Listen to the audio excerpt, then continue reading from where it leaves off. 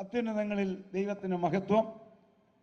അനുഗ്രഹീതരായ സഹോദരി സഹോദരന്മാരെ, കുഞ്ഞുങ്ങളെ,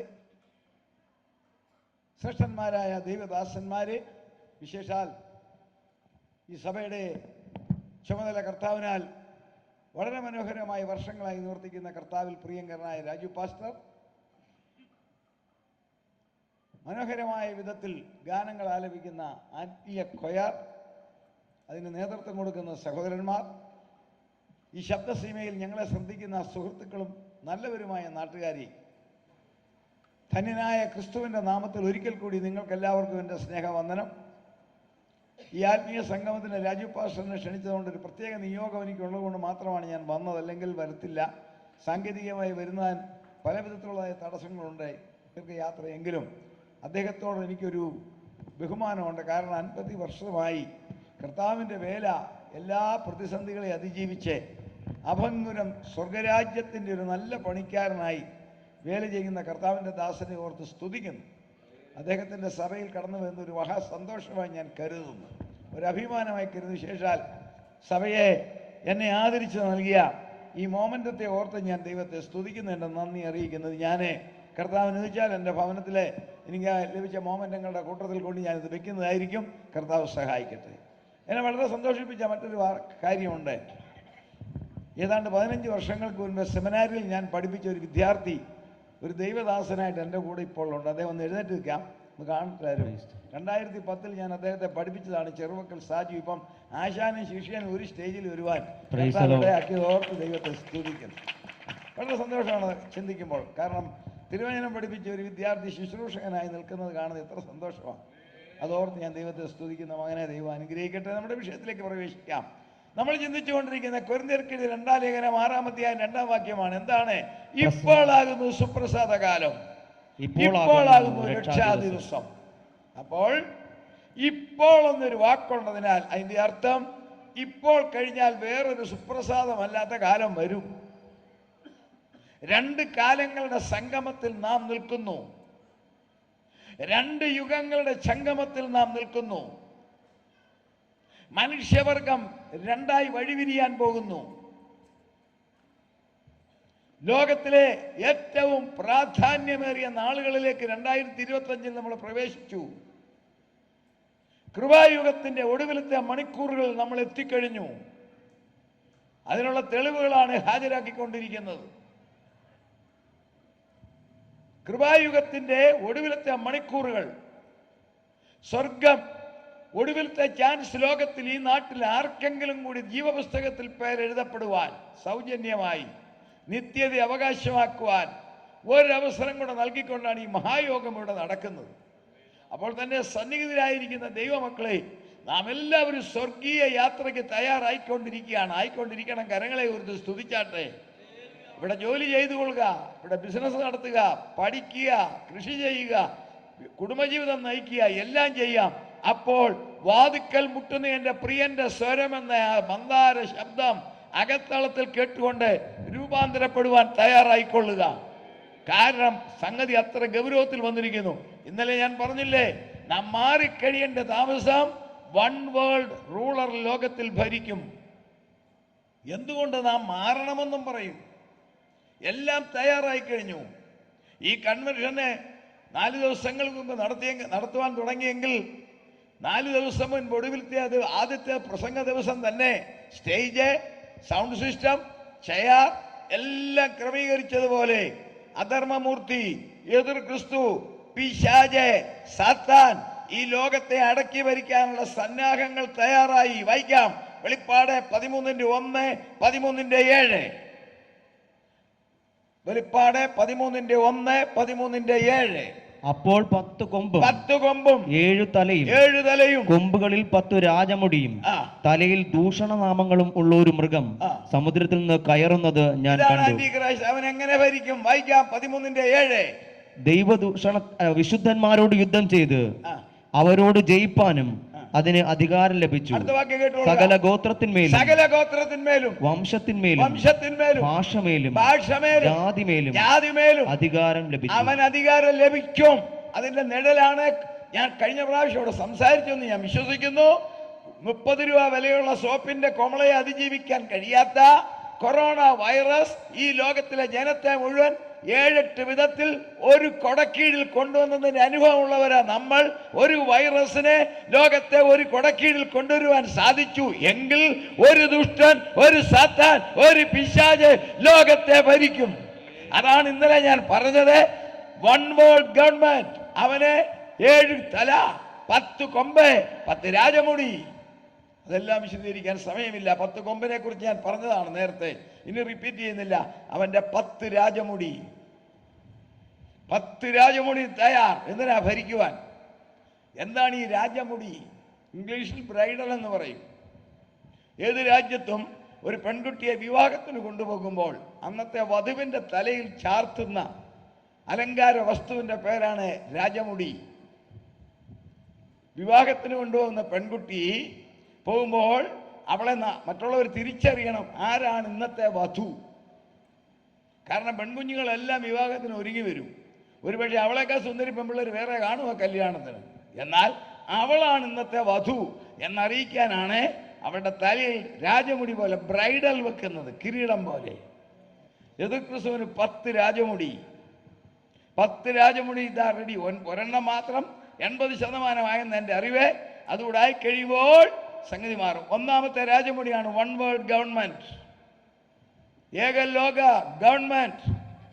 അതിന്റെ നിഴലാണ് ഇന്നലെ കേട്ടത്. അതിരുകളില്ലാത്ത ലോകമെന്ന് പത്രക്കാർ വിശേഷിപ്പിക്കുന്നു. ഏകലോക ഭരണം. 2, ഏകലോക മതം. സകല മതങ്ങളെയും സമന്വയിപ്പിച്ചുകൊണ്ട് ഏകലോക മതം. അതിന്റെ നിഴലാണ് കഴിഞ്ഞ മാസത്തിൽ ഇറ്റലിയിൽ നടന്ന സർവ്വമത സമ്മേളനം. 3, വൺ വേൾഡ് എക്കണോമി.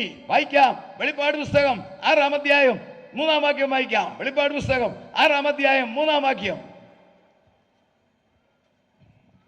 അവൻ 2-ാം മുദ്ര പൊട്ടിച്ചപ്പോൾ വരിക എന്ന് 2-ാം ജീവി പറയുന്നത് ഞാൻ കേട്ടു. അടുത്ത വാക്യം. അപ്പോൾ ചുവന്നതായ മറ്റൊരു കുതിര പുറപ്പെട്ടു. അടുത്ത വാക്യം. അതിന്റെ പുറത്ത് ഇരിക്കുന്നവന് മനുഷ്യൻ അന്യോന്യം കൊല്ലുവാൻ തക്കവണ്ണം ഭൂമിയിൽ നിന്ന് സമാധാനം എടുത്തു കളയേണ്ടതിന് ഒരു വലിയ വാളും അവന് കിട്ടി. 3-ാം മുദ്ര പൊട്ടിച്ചപ്പോൾ വരിക എന്ന് 3-ാം ജീവി പറയുന്നത് ഞാൻ കേട്ടു. അപ്പോൾ ഞാൻ ഒരു കറുത്ത കുതിരയെ കണ്ടു. അതിന്മേലിരിക്കുന്നവനെ ഒരു തുലാസ് കയ്യിൽ പിടിച്ചിരുന്നു. ഒരു തുലാസ് ലഭിച്ചു. ഒരു പണത്തിന് 1 ഡങ്ങഴി ഗോതമ്പ്, ഒരു പണത്തിന് 3 ഡങ്ങഴി യവം. പേരാണ് വൺ വേൾഡ് എക്കണോമി. ഇതിന്റെ നിഴലിൽ ലോകത്തിൽ നടന്നുകൊണ്ടിരിക്കുന്നു. ഇത് എപ്പോഴാണ്? വെളിപ്പാട് 6:1 കാണാം. കുഞ്ഞാട് 1-ാം മുദ്ര പൊട്ടിക്കുന്നു. ശ്രദ്ധിക്കണമേ, കുഞ്ഞാട് 1-ാം മുദ്ര പൊട്ടിക്കുന്നു. വായിക്കാം വെളിപ്പാട് 6:1. കുഞ്ഞാട് മുദ്രകളിൽ 1 പൊട്ടിച്ചപ്പോൾ നീ വരിക എന്ന് 4 ജീവികളിൽ 1 ഇടിമുഴക്കം പോലെ പറയുന്നത് ഞാൻ കേട്ടു. അപ്പോൾ ഞാൻ ഒരു വെള്ള കുതിരയെ കണ്ടു. അതിന്മേലിരിക്കുന്നവന്റെ കയ്യിൽ ഒരു വില്ലുണ്ട്. അവനൊരു കിരീടവും ലഭിച്ചു. ലോകഭരണമാകുന്ന കിരീടം ലഭിച്ചു. അവൻ ജയിക്കുന്നവനായും ജയിപ്പാനായും. ഇതാണ് എതിർ ക്രിസ്തു. വെളിപ്പാട് 6:1 വേദപുസ്തകം വെളിപ്പെടുത്തുന്നു. അപ്പോൾ ഇവിടെ ഇരിക്കുന്ന ദൈവമക്കൾ എവിടെയാണ്? സ്വർഗത്തിൽ 5-ാം അധ്യായത്തിൽ കാണാം 24 മൂപ്പന്മാർ. അവർ പാടുന്ന പാട്ട് തെളിയിക്കുന്നു. ആരാണവർ? അവർ പാടുന്നു, കുഞ്ഞാടേ നീ അറുക്കപ്പെട്ടു, നിന്റെ രക്തം കൊണ്ട് സകല ഗോത്രത്തിലും ഭാഷയിലും വംശത്തിലും നിന്നുള്ള ഞങ്ങളെ വിലയ്ക്ക് വാങ്ങി. അത് പാടാൻ പോകുന്നവരാണ് ഈ ഇരിക്കുന്നവരെല്ലാം. നാം സ്വർഗത്തിൽ ദൈവത്തെ സ്തുതിച്ചുകൊണ്ടിരിക്കുമ്പോൾ, കുഞ്ഞാട് 1-ാം മുദ്ര പൊട്ടിക്കുമ്പോൾ, ഭൂമിയിലേക്ക് ക്രിസ്തു കയറി വരുമ്പോൾ, 1 one world government, 2 one world religion, 3 one world economy. അതിന്റെ നിഴലാണ് ഓൺലൈൻ ബിസിനസ്. ഒന്നില്ലേ? ചെരുപ്പ് മുതൽ ഡ്രസ് മുതൽ എല്ലാം ഓൺലൈനിൽ ഓർഡർ ചെയ്താൽ വീട്ടിൽ വരുന്നുണ്ടോ? വൺ വേൾഡ് എക്കണോമി വരുന്നു. കറൻസി ഇല്ലാത്ത ലോകം വരുന്നത് അതിനാണ്. ഇപ്പോൾ തന്നെ നമ്മുടെ എല്ലാ കയ്യിൽ ATM കാർഡില്ലേ? അത് മാറ്റാൻ പോവുക, അതിനും പരിഷ്കാരം വരുത്താൻ പോവുക. തുടങ്ങി. പടിഞ്ഞാറൻ രാജ്യങ്ങളിൽ തുടങ്ങിക്കഴിഞ്ഞു. തള്ളവിരലെ ചിപ്പടിച്ച് വെച്ചാൽ മതി. കടയിൽ ചെന്ന് സാധനം മേടിച്ച് കഴിയുമ്പോൾ കാർഡ് കൊടുക്കണ്ട. ഈ തള്ളവിരൽ ഇങ്ങനെ അമർത്തിയാൽ ഇപ്പൊ സ്കാൻ ചെയ്യലേ. കടകളിൽ സ്കാനിങ്ങില്ലേ? മാടക്കട പോലും 10 രൂപയുടെ ബിസ്ക്കറ്റ് മേടിച്ചാൽ പൈസ കൊടുക്കുന്നില്ല. കണ്ടില്ലേ? എന്തുവാ? ഫോൺ എടുത്ത് ഇങ്ങനെ കാണിക്കും, വീട്ടിൽ പോകും. ശരിയല്ലേ? ആരെങ്കിലും പൈസ കൊടുക്കുന്നുണ്ടോ? ഒരു നാരങ്ങ വെള്ളം കുടിച്ചിട്ട് ഞങ്ങളുടെ വീടിനടുത്ത് ബാബുവിൻ്റെ കട മുട്ട മേടിക്കാൻ ചെന്നപ്പം ഒരു ബംഗാളി സഹോദരൻ വന്ന് ഒരു നാരങ്ങ വെള്ളം കുടിച്ചേച്ച് ഫോൺ എടുത്ത് ഇങ്ങനെ കാണിച്ചു. അപ്പോഴാണ് എനിക്ക് മനസ്സിലായി ഇവൻ്റെ ഈ പരിപാടിയുണ്ട്. നാരങ്ങ വെള്ളം കുടിച്ചേച്ച് ബാബുവിൻ്റെ കടയിൽ നിൽക്കുന്ന ഒരു സൂത്രത്തോട് ഇങ്ങനെ കാണിച്ചേച്ച് അവൻ പോയി രൂപയും കിട്ടി. എന്താ കാര്യമെന്നറിയാവോ? വൺ വേൾഡ് എക്കണോമി, ഒരുവൻ ലോകത്തെ മുഴുവൻ നിയന്ത്രിക്കും. അതിൻ്റെ മുന്നോടിയാണ് വൺ വേൾഡ് എക്കണോമി. മുന്നോടിയാണ് 1 ഓൺലൈൻ ബിസിനസ്, കടകളിൽ ചെല്ലണ്ട, വീട്ടിൽ സാധനം വരുന്നു. 2 പണം കൊടുക്കണ്ട, ഓൺലൈനിൽ കൊടുക്കുന്നു. അപ്പോൾ ഒരുവൻ നിയന്ത്രിക്കാൻ പോകുന്നതിന്റെ ലക്ഷണം മനസ്സിലായോ? വ്യക്തമാണോ? 4 ഇനിയും വായിക്കാം. 4-ാമത്തെ രാജമുടിയും 5-ാമത്തെ രാജമുടിയും വായിക്കാം. വെളിപ്പാട് 6:3. അവൻ 2-ാം മുദ്ര പൊട്ടിച്ചപ്പോൾ വരിക എന്ന് 2-ാം ജീവി പറയുന്നത് ഞാൻ കേട്ടു. അടുത്ത വാക്യം. അപ്പോൾ ചുവന്നതായ മറ്റൊരു കുതിര പുറപ്പെട്ടു. അതിന്റെ പുറത്തിരിക്കുന്നവന് മനുഷ്യൻ അന്യോന്യം കൊല്ലുവാൻ തക്കവണ്ണം ഭൂമിയിൽ നിന്ന് സമാധാനം എടുത്തു കളഞ്ഞു. അടുത്ത വാക്യം. ഒരു വലിയ വാളും അവന് കിട്ടി. 2 രാജമുടി ഒന്നിച്ച് പറയുക. 1-ാമത്തെ രാജമുടി ഏകലോക ഗവൺമെന്റ്, 2-ാമത്തേത് ഏകലോക മതം, 3 ഏകലോക എക്കണോമി, 4 കർത്താവ് പറഞ്ഞാലറിയാവോ? എന്റെ സമാധാനം ഞാൻ നിങ്ങൾക്ക് തന്നച്ചു പോകുന്നു. ഇവന്റെ ആദ്യ പരിഷ്കാരം സമാധാനം എടുത്തു കളയും. അതിന്റെ അടയാളമാണ് ഇന്ന് ലോകത്തിൽ ഞാൻ ഇന്നലെ പറഞ്ഞു, ബഹുഭൂരിപക്ഷം ജനങ്ങൾക്കും സമാധാനമില്ല. ആത്മീയരൊഴികെയുള്ള ജനങ്ങൾ ഉയർന്ന ശ്രേണികളിൽ സഞ്ചരിക്കുന്നവരെങ്കിലും സമാധാനമില്ലാത്ത ഒരു തലമുറയായി ഇന്നത്തെ ലോകം വന്നു കഴിഞ്ഞു. ഇനി എനിക്ക് സമാധാനമില്ലെന്ന് ആരും പറയരുത്, അതിന് നാണം കേടാ. അതിനൊരു നല്ല വാക്കും ശാസ്ത്രം തന്നു. എനിക്കപ്പടി ടെൻഷനാ എന്ന് പറയാണ്ട് കൂടിയ പരിപാടിയൊന്നുമല്ല, ഒരു സ്വസ്ഥതയില്ലെന്നാ. അവൻ ഓർഡറിടും, സമാധാനം ഈ ഭൂമിയിൽ പാടില്ല. കാരണം ക്രിസ്തുവിനെതിരാ. ക്രിസ്തു സമാധാന പ്രഭുവാണ്. ഇവൻ സമാധാനം എടുത്തു കളയും. 5-ാമത്തെ രാജമുടി വായിച്ചു കേട്ടല്ലോ. ഒരു വലിയ വാൾ അവന് കിട്ടി. നമുക്കറിയാം ഇന്നത്തെ ഏറ്റവും വലിയ യുദ്ധായുധം ആറ്റമായുധമാണ്. അവന്റെ കയ്യിൽ ആറ്റം കൈ ചെല്ലും. പുറകെ വരുമ്പോൾ പറയാം. അവന്റെ കയ്യിൽ ആറ്റമായുധം കിട്ടും. 6-ാമത്തെ രാജമുടി അവൻ എല്ലാവരെയും നിയന്ത്രിക്കും. വായിക്കാം. വെളിപ്പാട് 13:10. അതാണ് എൻ്റെ അറിവ് ശരിയെങ്കിൽ ഒരു 80% തയ്യാറായിരിക്കുന്നു. ബാക്കി പുറകെ വരുന്നു, റെഡിയാൻ പോകുന്നു. 13:10. ചെവിയുള്ളവൻ കേൾക്കട്ടെ, ചെവിയുള്ളവൻ കേൾക്കട്ടെ. അടിമയാക്കി കൊണ്ടുപോകുന്നവൻ കൊണ്ടുപോകുന്നവനെ അടിമയാക്കും. ലോകത്തിലുള്ളവരെ മുഴുവൻ അവൻ അടിമയാക്കും. എങ്ങനെയാണെന്ന് കേട്ടുകൊള്ളുക. മതി. ഇന്ന് നമുക്ക് സർവ സ്വാതന്ത്ര്യം. യഥേഷ്ടം ചിന്തിക്കാം, യഥേഷ്ടം യാത്ര ചെയ്യാം, ഇഷ്ടമുള്ളത് നമ്മുടെ മനസ്സിൽ ചിന്തിക്കാം. ആരും അറിയുന്നില്ല. ശരിയാണോ? എന്നാൽ അവൻ സകലരുടെയും ചിന്തകൾ അവൻ അറിഞ്ഞ് അതനുസരിച്ച് അവൻ നിയന്ത്രിക്കും. ഒരുവൻ പിശാചെ. ഇന്ന് ശാസ്ത്രലോകം ബിസിനസിൻ്റെയും രാഷ്ട്രീയ കാര്യങ്ങളുടെയും സ്വസ്ഥതയ്ക്ക് വേണ്ടി എന്ന് പറഞ്ഞ് ഒരു പുതിയ സംവിധാനം കണ്ടുപിടിച്ചുകൊണ്ടിരിക്കുക. അതിൻ്റെ പേരാണ് RNM, remote neural monitoring. Remote neural monitoring. എൻ്റെ മനസ്സിൽ വരുന്ന ചിന്തകൾ, എന്തെല്ലാം കാര്യങ്ങൾ ഞാൻ ചിന്തിക്കുന്നോ അത് രാജു പാസ്റ്റർക്ക് അറിയാൻ സാധിക്കും. ആ സിസ്റ്റത്തിൽ രാജു പാസ്റ്റർ എന്ത് ചിന്തിക്കുന്നോ അതെനിക്കറിയാൻ സാധിക്കും.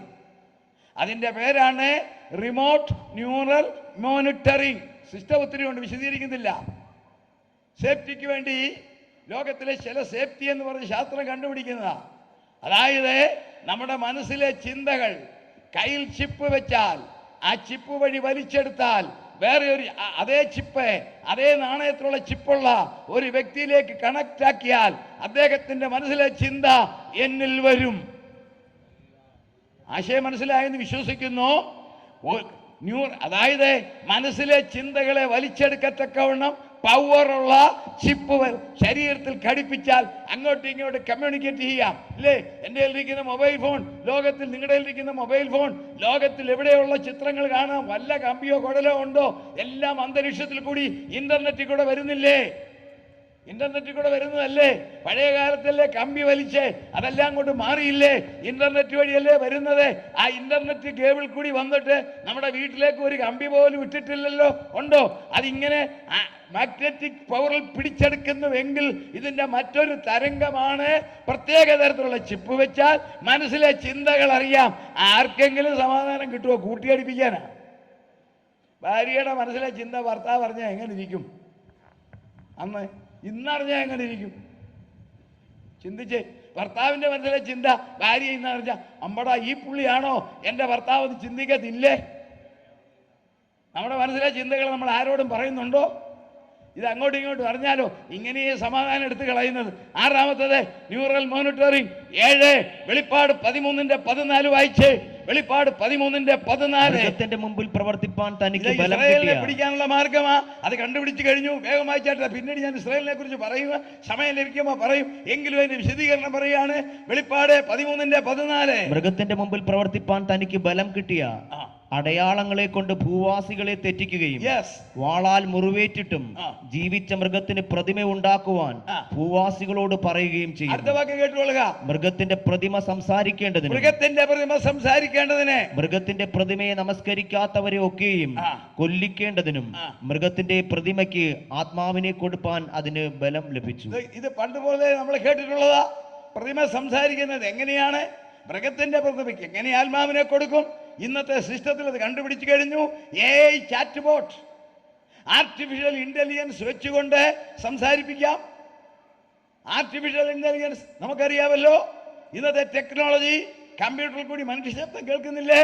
അപ്പോൾ ചാറ്റ് ബോട്ട് കണ്ടുപിടിച്ചു കഴിഞ്ഞു. ആർട്ടിഫിഷ്യൽ ഇന്റലിജൻസ് അതിന്റെ റിഹേഴ്സൽ 2 റിഹേഴ്സൽ വിജയിച്ചു. ഒന്ന് 2023 ജർമ്മനിയിൽ 300 പേരുള്ള ഒരു ദേവാലയത്തിൽ ആരാധനയ്ക്ക് ആളുകൾ ചെന്നു. 2023 പതിവിന് വിരുദ്ധമായി ശുശ്രൂഷകൻ ഒരു പുതിയ ആൾ. ഈ ജനങ്ങൾ കണ്ടിട്ടില്ല. ഒരു പുതിയ ആൾ. ഇതെങ്ങനെ വന്നെന്നറിയാമേല. ശുശ്രൂഷ കഴിഞ്ഞ് അദ്ദേഹം പ്രസംഗിച്ചപ്പം പറഞ്ഞു, ഞാൻ ആരാണെന്നറിയാമോ? ലോകത്തിലെ ആദ്യത്തെ ആർട്ടിഫിഷ്യൽ ഇന്റലിജൻസ് പാസ്റ്ററാ ഞാൻ. ശ്രദ്ധിച്ചോ നിങ്ങൾ? ഒരമ്മ പ്രസവിച്ചതല്ല, കമ്പ്യൂട്ടർ സൃഷ്ടി ചെയ്തതാ. അതിനേക്കാൾ വിചിത്രം കഴിഞ്ഞ വർഷം നടന്നു സ്വിറ്റ്സർലൻഡിൽ. കഴിഞ്ഞ ഡിസംബറിൽ ഒരു പള്ളിയിൽ കുമ്പസാരിക്കാൻ ചെന്നു. അപ്പുറത്തിരിക്കുന്നത് പുരോഹിതനല്ല, യേശുതമ്പുരാൻ. ജനത്തിനുണ്ടായ സന്തോഷം. യേശുതമ്പുരാൻ പറഞ്ഞു, നിങ്ങളുടെ പാപം മുഴുവൻ മായിച്ചു. സന്തോഷത്തോടെ പോയി. പിറ്റേ ആഴ്ചയിലും അതേ യേശുതമ്പുരാൻ ചെന്നപ്പോൾ അത് സാധനം ഇതാ. ആർട്ടിഫിഷ്യൽ ഇന്റലിജൻസ്, കൃത്രിമ ബുദ്ധി, നിർമ്മിത ബുദ്ധി കൊണ്ട് സംസാരിപ്പിക്കുന്നത് ലോകത്തിൽ നടന്നു കഴിഞ്ഞെങ്കിൽ അവൻ അന്ന് നിയമമിടും. അന്നത്തെ ഞാൻ ഇവിടെ പറഞ്ഞിട്ടുള്ളതാ. അന്നത്തെ കമ്പ്യൂട്ടറിൽ, അന്നത്തെ മൊബൈലിൽ, അന്നത്തെ TV-യിൽ അവൻ പ്രത്യക്ഷപ്പെടും. അവനെ നമസ്കരിക്കണം. അവന്റെ രാജമുടിയാ, 7ാമത്തെ രാജമുടിയാ. നോക്കിക്കേ, അവന്റെ എല്ലാ രാജമുടികളും. 1ാമത്തെ രാജമുടി വൺ വേൾഡ് ഗവൺമെന്റ്, 2ാമത്തേത് one world economy, 3 one world religion, 4 സമാധാനം എടുത്തുകളയും, 5 ആറ്റമായുധം, 6 പ്രൈസലോ, 6ാമത്തേത് RNM. സകലരുടെ ചിന്തകളെ, ലോകത്തിൽ ജീവിക്കുന്ന സകല ആളുകളുടെ ചിന്തകളെ അങ്ങോട്ടും ഇങ്ങോട്ട് കൂട്ടിയടിപ്പിക്കും. അതോടൊപ്പം അവൻ അറിഞ്ഞിരിക്കും. അടുത്തത് നമ്മുടെ പ്രതിമയെ നമസ്കരിക്കണം. 8 നെറ്റിയിലും കൈമേലും വേണ്ട നമ്പർ അടിക്കണം. 13:16 വായിക്കാം. ചെറിയവരും വലിയവരും, സമ്പന്നന്മാരും ദരിദ്രന്മാരും, സ്വതന്ത്രന്മാരും ദാസന്മാരുമായ എല്ലാവർക്കും വലം കൈമേലോ നെറ്റിയിലോ മുദ്ര കിട്ടുമാറും മൃഗത്തിന്റെ പേരോ പേരിന്റെ സംഖ്യയോ ആയ മുദ്രയുള്ളവനല്ലാതെ വാങ്ങുകയോ വിൽക്കുകയോ ചെയ്യുവാൻ വകയാതെ. നമുക്കറിയാവുന്ന കാര്യമാണ്, നെറ്റിയിൽ ചിപ്പ് ഉപയോഗിക്കും. അടുത്തത് അവന്റെ ഏറ്റവും വലിയ രാജമുടി. യഹൂദനെ അവൻ കൺട്രോൾ ചെയ്യും. യഹൂദനെ അവൻ കൺട്രോൾ ചെയ്യും. യോഹന്നാൻ 5:43 കർത്താവ് പറഞ്ഞു, ഞാൻ എൻ്റെ പിതാവിൻ്റെ നാമത്തിൽ വന്നു, നിങ്ങൾ എന്നെ കൈക്കൊള്ളുന്നില്ല. മറ്റൊരുത്തൻ സ്വന്തം നാമത്തിൽ വന്നാൽ നിങ്ങൾ അവനെ കൈക്കൊള്ളും. അതാണ് ഏറ്റവും വലിയ ലോക സംഭവം നടക്കാൻ പോവുകയാണ്. 9, 10ാമത്തേത് അതിന് ഭയങ്കരമായ ഒരു സംഭവമാണ്. എന്താണെന്നറിയാവോ? ധാർമ്മിക അധപ്പതനം, നിയമം മാറ്റും. ദാനിയേൽ 7:25 അതിന്റെ നിഴല് ലോകത്തിൽ കേരളം ഉൾപ്പെടെ നമ്മുടെ ജില്ലകളിലെല്ലാം വാർത്തകളായി വന്നു കഴിഞ്ഞു. വായിക്കാം. ദാനിയേൽ 7:25. അവൻ അത്യുന്നതനായ വിരോധമായി വമ്പ് പറയുകയും വിശുദ്ധന്മാരെ ആ ആ സമയങ്ങളെയും 10ാമത്തെ അവന്റെ രാജമുടി അവൻ 2 കാര്യം ചേഞ്ച് ചെയ്യാൻ ശ്രമിക്കും. ഒന്ന് ടൈം, 2 ലോ. സമയം മാറ്റാൻ പോകുന്നു. കാരണം ഈ സൂര്യന്റെ ഉദയം മാറാൻ പോകുന്നു. ശാസ്ത്രം കണ്ടുപിടിച്ചു കഴിഞ്ഞു. 6 മണിക്ക് അല്ലെങ്കിൽ 7 മണിക്ക് സൂര്യൻ ഉദിക്കത്തില്ല. അതാണ് ഇന്നത്തെ ഗ്ലോബൽ വാർമിങ്ങിന്റെ പ്രധാന കാരണം. അപ്പോൾ സമയം മാറ്റി. 2 നിയമം. അതാണ് മ്ലേച്ഛതയുടെ ചിറകിൽ ശൂന്യമാക്കുന്നവൻ വരുമെന്ന് തിരുവചനം പറയുന്നത്.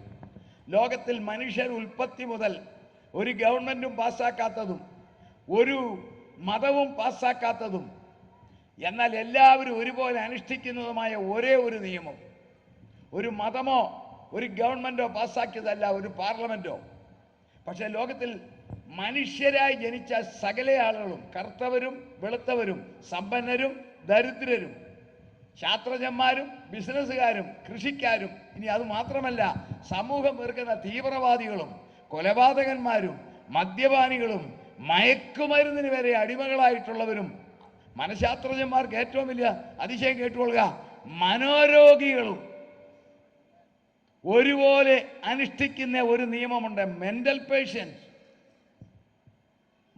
മാനസിക രോഗികളും പോലും ഒരു നിയമം അനുഷ്ഠിക്കുന്നു. മനുഷ്യൻ ദൈവത്താൽ സൃഷ്ടിക്കപ്പെട്ടവൻ ആയതുകൊണ്ടും അമ്മയുടെ ഗർഭത്തിൽ നിന്നും ഒരു കുഞ്ഞായി ജനിച്ച അപ്പൻ്റെ അമ്മയുടെ ശിക്ഷണത്തിൽ വളർന്നതുകൊണ്ടും മനുഷ്യന്റെ മനസ്സിൽ ജന്മം മുതൽ ഉദിച്ചുയർന്ന ഒരു നിയമമാണ് മോറൽ ലോ, ധാർമ്മിക നിയമം. എന്താണ് ഈ ധാർമ്മിക നിയമം? ഒരമ്മ ഒരു കുഞ്ഞിനെ 9 മാസം ചുമന്ന് പ്രസവിക്കുന്നു, അതിനെ പാല് കൊടുത്ത് വളർത്തുന്നു. ആ ഒരു മകൻ, അമ്മയുടെ മകൻ ഇല്ലേ, ആ മകൻ വളർന്നാലും ഈ അമ്മ വിളിക്കുന്നത് എടാ മോനെ എന്നാണ്. ശരിയാണോ? എൻ്റെ മകന് 54 വയസ്സുണ്ട്, അവന് 3 മക്കളെ, 3 മക്കൾ വേറൊരു അവിടെ അവൻ്റെ മകക്കൊരു കുഞ്ഞുണ്ട്, 4ാം തലമുറയുണ്ട്. എന്നാലും എൻ്റെ മോനെ ഞാൻ കാണുമ്പോൾ വിളിക്കുന്നത് എടാ മോനെ എബി ഇങ്ങോട്ട് വാ മോൻ. നമ്മളങ്ങനല്ലേ മോൻ? അപ്പോൾ അതുപോലെ തന്നെ ഒരപ്പന് ഒരു മകളുണ്ടായി, അതിനെ ചെറുപ്പം മുതൽ മടിയിലെടുത്ത് ഉമ്മ കൊടുത്ത് കുഞ്ഞിനെ വളർത്തുന്നു, മകളായി. അത് പ്രായപൂർത്തിയായാലും മകൾ. ഒരു മകനെ അമ്മയ്ക്ക് മകനായി കാണുന്നു, ഒരു മകളെ അപ്പൻ മകളായി കാണുന്നു. ഈ നിയമം ഏതെങ്കിലും ഗവൺമെന്റ് പാസ്സാക്കിയതാണോ? ഏതെങ്കിലും മതം പാസ്സാക്കിയതാണോ? മനുഷ്യൻ ദൈവത്താൽ സൃഷ്ടിക്കപ്പെട്ടവൻ ആയതുകൊണ്ട് അവന്റെ മനസ്സിൽ നിന്നും വന്നതാ. അതാ ഞാൻ പറഞ്ഞത്, മനഃശാസ്ത്രജ്ഞന്മാർക്ക് പോലും ഒരു അതിശയം, മാനസിക രോഗിക്ക് പോലും അറിയാം ഇതെന്റെ മകളാ, ഇതെന്റെ മകനാ. ഈ നിയമത്തെ അവൻ മാറ്റിയിട്ട് അങ്ങനെ ഒരു ബന്ധം വേണ്ട, ആർക്കും ആരെയും വിവാഹം കഴിക്കാം. അതിന്റെ നിഴലാണ് പേപ്പറിൽ മുഴുവൻ, ലോകം മുഴുവൻ കാണാം. അപ്പൻ മകളെ പീഡിപ്പിച്ച് ഗർഭിണിയാക്കി. ഞാൻ തുറന്നു പറയുക, വാർത്ത കേട്ടില്ലേ? അപ്പൻ മകളെ പീഡിപ്പിച്ച് ഗർഭിണിയാക്കി, അമ്മ മകനെ വിവാഹം കഴിച്ചു. എന്താണ് കാരണം? നിഴലാണ്. അവൻ വരുന്നു, ഇത് പരക്കാൻ പോകുകയാണ്. അതിനു മുൻപ് വിശുദ്ധന്മാർ എടുക്കപ്പെടും. കരങ്ങളെ ഒരു സ്തുതിച്ചേ. ഈ ഭയങ്കരമായ രാജമുടി, ഇതാണ് ആന്റി ക്രൈസ്റ്റ്. അവൻ ഭരിക്കാൻ വരുന്നു, പക്ഷെ സുപ്രസാദ കാലം തീരും.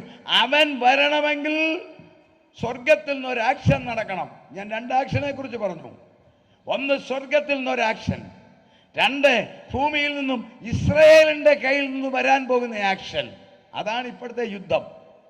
ഇത് രണ്ടും കൂടെ പൂർണ്ണമാക്കണം. സ്വർഗത്തിൽ നിന്നൊരു ആക്ഷൻ വരും.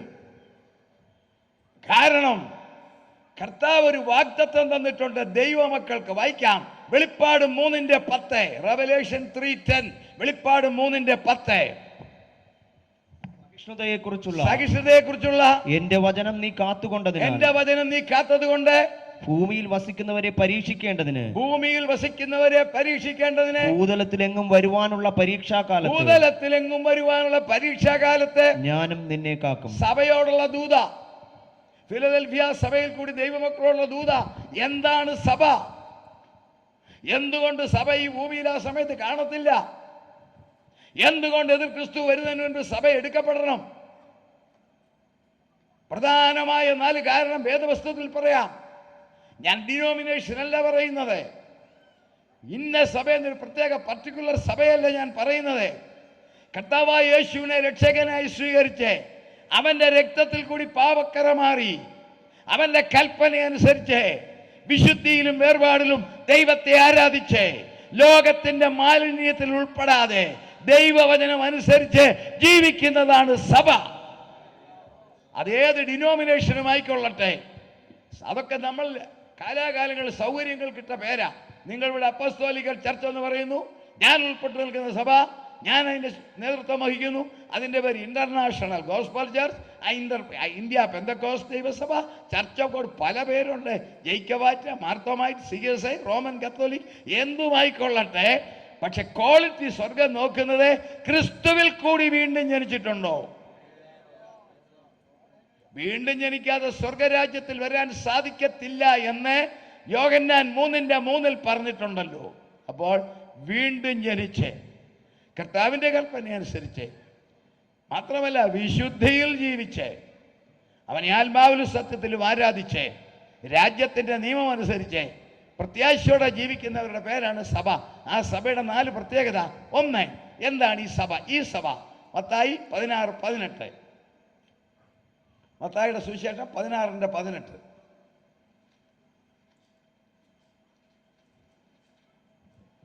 മത്തായിയുടെ സുവിശേഷം 16:18. ഈ പാറമേൽ ഞാൻ എൻ്റെ സഭയെ പണിയും. ഉണ്ടോ? മതി. കർത്താവ് എൻ്റെ എന്ന് അധികം വാക്കുകളിൽ പറഞ്ഞിട്ടില്ല. യേശു ദൈവമാണ്. യേശു ദൈവം തന്നെ. എന്നെ കണ്ടവൻ പിതാവിനെ കണ്ടിരിക്കുന്നു, ഞാനും പിതാവും ഒന്ന്. അവൻ ദൈവരൂപത്തിലിരിക്കെ ദൈവത്തോടുള്ള സാമീപ്യം, സാദൃശ്യം മുറുകെ പിടിക്കണമെന്ന് വിചാരിച്ച് ദാസരൂപം എടുത്തു എന്ന് മാത്രം. ആ കർത്താവ് എൻ്റെ എന്ന് പറഞ്ഞ ചുരുക്കം വാക്കുകൾ. ഒന്ന്, എൻ്റെ പിതാവ്. 2, എൻ്റെ സ്നേഹിതർ. 3, എൻ്റെ ശിഷ്യന്മാർ. ഇതൊക്കെയാണ് കർത്താവ് പറഞ്ഞ പ്രധാന കാര്യങ്ങൾ. അതേ സ്റ്റാറ്റസിൽ പറയുക, ഈ പാറമേൽ ഞാൻ എൻ്റെ സഭയെ പണിയും. അപ്പോൾ സഭ കർത്താവിൻ്റെ സ്വകാര്യ സ്വത്ത, private property of Jesus Christ. നമ്മുടെ വീട്ടിൻ്റെ മുമ്പിൽ കിടക്കുന്ന പബ്ലിക് റോഡ് പബ്ലിക്കാണ്. നമ്മുടെ ഗേറ്റിനകത്തോട്ട് ഒരു വഴിയുണ്ടെങ്കിൽ അത് നമ്മുടെ സ്വകാര്യ സ്വത്താണ്. നമ്മുടെ അനുവാദമില്ലാതെ ആർക്കും വാഹനം കൊണ്ടുവരാനൊക്കത്തില്ല. സഭ ക്രിസ്തുവിൻ്റെ സ്വകാര്യ സ്വത്താകയാൽ പിശാചാണ് ആൻറ്റി ക്രൈസ്റ്റ്. തേജസ് നഷ്ടപ്പെട്ടു പോയ ദൂതൻ ലൂസിഫർ, സാത്താൻ ഒരു ദൃശ്യ ശരീരത്തിൽ പ്രവേശിക്കും. ആ ദൃശ്യ ശരീരത്തെക്കുറിച്ച് വിശദീകരിക്കാൻ സമയമില്ലാത്തതുകൊണ്ട് ഞാൻ പറയുന്നില്ല. ഒരു യഹൂദൻ്റെ ജീനുള്ള ഒരു സിറിയൻകാരനായ വേദപുസ്തകം പഠിപ്പിക്കുന്നതാണ്, ഒരുവനെ സ്ത്രീയുടെ യാതൊരു സ്വഭാവവും ഇല്ലാത്ത, സ്ത്രീയുടെ യാതൊരു ഗുണവുമില്ലാത്ത ഒരു പ്രത്യേക മനുഷ്യനിൽ പ്രവേശിക്കുന്നതാണ് ആൻറ്റി ക്രൈസ്റ്റ് എന്നാണ് വേദപുസ്തകം വെളിപ്പെടുത്തുന്നത്. അപ്പോൾ അവൻ ലോകത്തിൽ ഭരിക്കുമ്പോൾ കർത്താവിൻ്റെ സ്വകാര്യ സ്വത്ത് ഇവിടെ കാണാൻ പാടില്ല. 2 അപ്പോസ്തലപ്രവൃത്തി 20:28. അപ്പോസ്തലപ്രവൃത്തി 20:28. നിങ്ങളെ തന്നെയും താൻ സ്വന്തം രക്തത്താൽ സമ്പാദിച്ച സഭ, ദൈവത്തിന്റെ സഭയെ. വചനപ്രകാരമുള്ള ക്രൈസ്തവ സഭ ക്രിസ്തുവിന്റെ സ്വകാര്യ സമ്പാദ്യമാ. അത് പണം കൊടുത്ത് മേടിച്ചതല്ല, തന്റെ രക്തത്താൽ സമ്പാദിച്ചതാ. അതിനെ സാത്താൻ കൈയാളാൻ ഒക്കത്തില്ല. 3 അലങ്കാര ഭാഷയിൽ സഭ വായിക്കേണ്ടത് നമുക്കറിയാം. വേണമെങ്കിൽ നിങ്ങൾ നോട്ട് ചെയ്യുക. എഫേസ്യർ 1:23. ക്രിസ്തു ശിരസ്, സഭ ശരീരം. Body of Christ. ക്രിസ്തുവിന്റെ ശരീരമാണ് സഭ. ശിരസ് ക്രിസ്തുവെങ്കിൽ ശരീരം സഭയെങ്കിൽ നമ്മുടെ ശരീരത്തിൽ എവിടെ അസുഖം വന്നാലും തലയറിയാതെ വരത്തില്ല. തലയറിഞ്ഞാലുള്ള ശ്രദ്ധിക്കുമെങ്കിൽ ഈ ക്രിസ്തുവിന്റെ ശരീരം സാത്താന് കൈയാളാൻ ലഭിക്കത്തില്ല. സന്തോഷമുള്ളവർ ദൈവത്തെ സ്തുതിച്ചാട്ടെ. 4 സഭ ക്രിസ്തുവിന്റെ കാന്ത. 2 കൊരിന്ത്യർ 11 കാണാം, ഞാൻ നിങ്ങളെ ക്രിസ്തു എന്ന ഏകപുരുഷന് നിർമ്മല കന്യയെ ഏൽപ്പിപ്പാൻ വിവാഹ നിശ്ചയം ചെയ്തിരിക്കുന്നു. സാത്താൻ തൊടാനൊക്കത്തില്ല. ഈ 4 കാരണങ്ങളാൽ പ്രധാനമായി, ഇനിയുമുണ്ടെങ്കിലും ഈ 4 കാരണങ്ങളാൽ സഭ എടുക്കപ്പെട്ട ശേഷം മാത്രമേ സുപ്രസാദ കാലം തീരത്തുള്ളൂ, എതിർ ക്രിസ്തു വരത്തുള്ളൂ. അതിന് വിരുദ്ധമായി ചിന്തിക്കുന്നവർക്ക് പലതും ചിന്തിച്ചേക്കാം. പക്ഷെ വചനപ്രകാരം ഞാൻ പറയുന്നു, ഈ തലമുറയിൽ കർത്താവിന്റെ വരവാണ് സംഭവിക്കുന്നത്. എങ്ങനെ സംഭവിക്കും? സഭ എടുക്കപ്പെട്ടു കഴിഞ്ഞാൽ ഈ ലോകം പിറ്റേ ദിവസം ഈ സിസ്റ്റത്തിൽ ഓടുമെന്നാരും വിചാരിക്കണ്ട. ഈ ഞാൻ നിൽക്കുന്ന സഭ എടുക്കപ്പെട്ടു കഴിഞ്ഞാൽ ഞാൻ നിൽക്കുന്ന ഈ സ്റ്റേജിൽ എന്ത് സംഭവിച്ചെന്ന റോഡിൽ നിൽക്കുന്ന ഒരാൾക്ക് അറിയാൻ സാധിക്കത്തില്ല. സഭ എടുക്കപ്പെട്ടു കഴിഞ്ഞാൽ പിറ്റേ ദിവസം വാഹനം ഓടും, പാലുകാരൻ വരും, പത്രം കൊണ്ടുവരും, TV കാണാം, ജോലിക്ക് പോകാം. ആര് ചിന്തിക്കേണ്ട, ഈ ലോകം തകർന്ന് തരിപ്പണമാകും. എങ്ങനെ? എന്താണ് സംഭവിക്കാൻ പോകുന്നത്? എന്താണ് ഈ കാലാവസ്ഥാ വ്യതിയാനം? കൊച്ചുകുട്ടികൾക്ക് വരെ അറിയാം ഗ്ലോബൽ വാർമിംഗ്. ഭൂമിയെ സംബന്ധിച്ചുള്ള 2-3 പ്രധാന കാര്യങ്ങൾ. ഒന്ന്, സൂര്യന്റെ ചൂട് അതിശക്തമായി വരുന്നു. 20 ഡിഗ്രി ചൂട് മതി ഈ ഭൂമിക്ക്. ദൈവത്തിന്റെ അഡ്ജസ്റ്റ്മെന്റ് അതാണ്. 8 ഗ്രഹങ്ങളാണ്. 8 ഗ്രഹങ്ങളിൽ 20 ഡിഗ്രി ഒരേ സൂര്യന്റെ പ്രകാശമാണ് 8 ഗ്രഹങ്ങൾക്കും. നമ്മുടെ അടുത്ത് നിൽക്കുന്ന ഗ്രഹത്തിന്റെ പേരാണ് വീനസ്, ശുക്രൻ. അവനാണ് നമ്മുടെ അയൽക്കാരൻ. അവന്റെ ചൂട് 218 ഡിഗ്രിയാ. അപ്പൊ ഓർത്തോളം ചൂട് എന്നതാ അവിടുത്തെ 218. ഇപ്പുറത്ത് നിൽക്കുന്നു ചൊവ്വ, 5.5 കോടി കിലോമീറ്റർ അകലെ. അവന്റെ ചൂട് ഏതാണ്ട് 135 ഡിഗ്രി. അതിനപ്പുറത്ത് ബഹുകൂറ്റൻ വ്യാഴൻ, 1000 ഭൂമിയുടെ വലിപ്പമുണ്ട്. അവന്റെ ചൂട് 125. എല്ലാ 120 മേളില. Uranus, Neptune 193. പക്ഷെ ഈ ഭൂമിക്ക് മാത്രം 20 ഡിഗ്രി ആവറേജ്. അഥവാ കേരളത്തിൽ ഇന്ന് 28-30 ഡിഗ്രി. അപ്പോൾ അമേരിക്കയിൽ 0.4, ഇംഗ്ലണ്ടിൽ 0.6, ഗൾഫിൽ 50, ആവറേജ് 20. അതാണ് സ്വർഗീയ ക്രമീകരണം. കരങ്ങളെ കുറിച്ച് ദൈവത്തെ സ്തുതിച്ചേ. അതിനാണ് തമ്പുരാൻ വിധാനം ഉണ്ടാക്കട്ടെ. വിധാനമുണ്ടായി. ആകാശം 5 തട്ട്: troposphere, stratosphere, mesosphere, thermosphere, ionosphere. 5 തട്ട്. സാവകാശം ചിന്തിച്ച് നമ്മുടെ വീടിന്റെ മേളിൽ ടെറസ് ഉണ്ടെങ്കിൽ ചൂട് കുറയാൻ നമ്മൾ മേളിൽ ഒരു തകരം കൊണ്ടിട്ടാൽ എന്നെ സുഖമാ അല്ലേ? അനുഭവിക്കുന്നില്ലേ?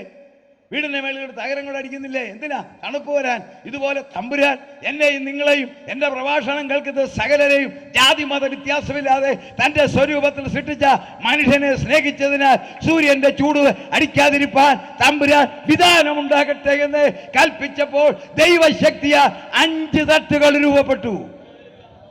ട്രോപ്പോസ്ഫിയർ, സ്ട്രാറ്റോസ്ഫിയർ, മെസോസ്ഫിയർ, തെർമോസ്ഫിയർ, ഇങ്ങനെ അങ്ങ് പോകുന്നത്.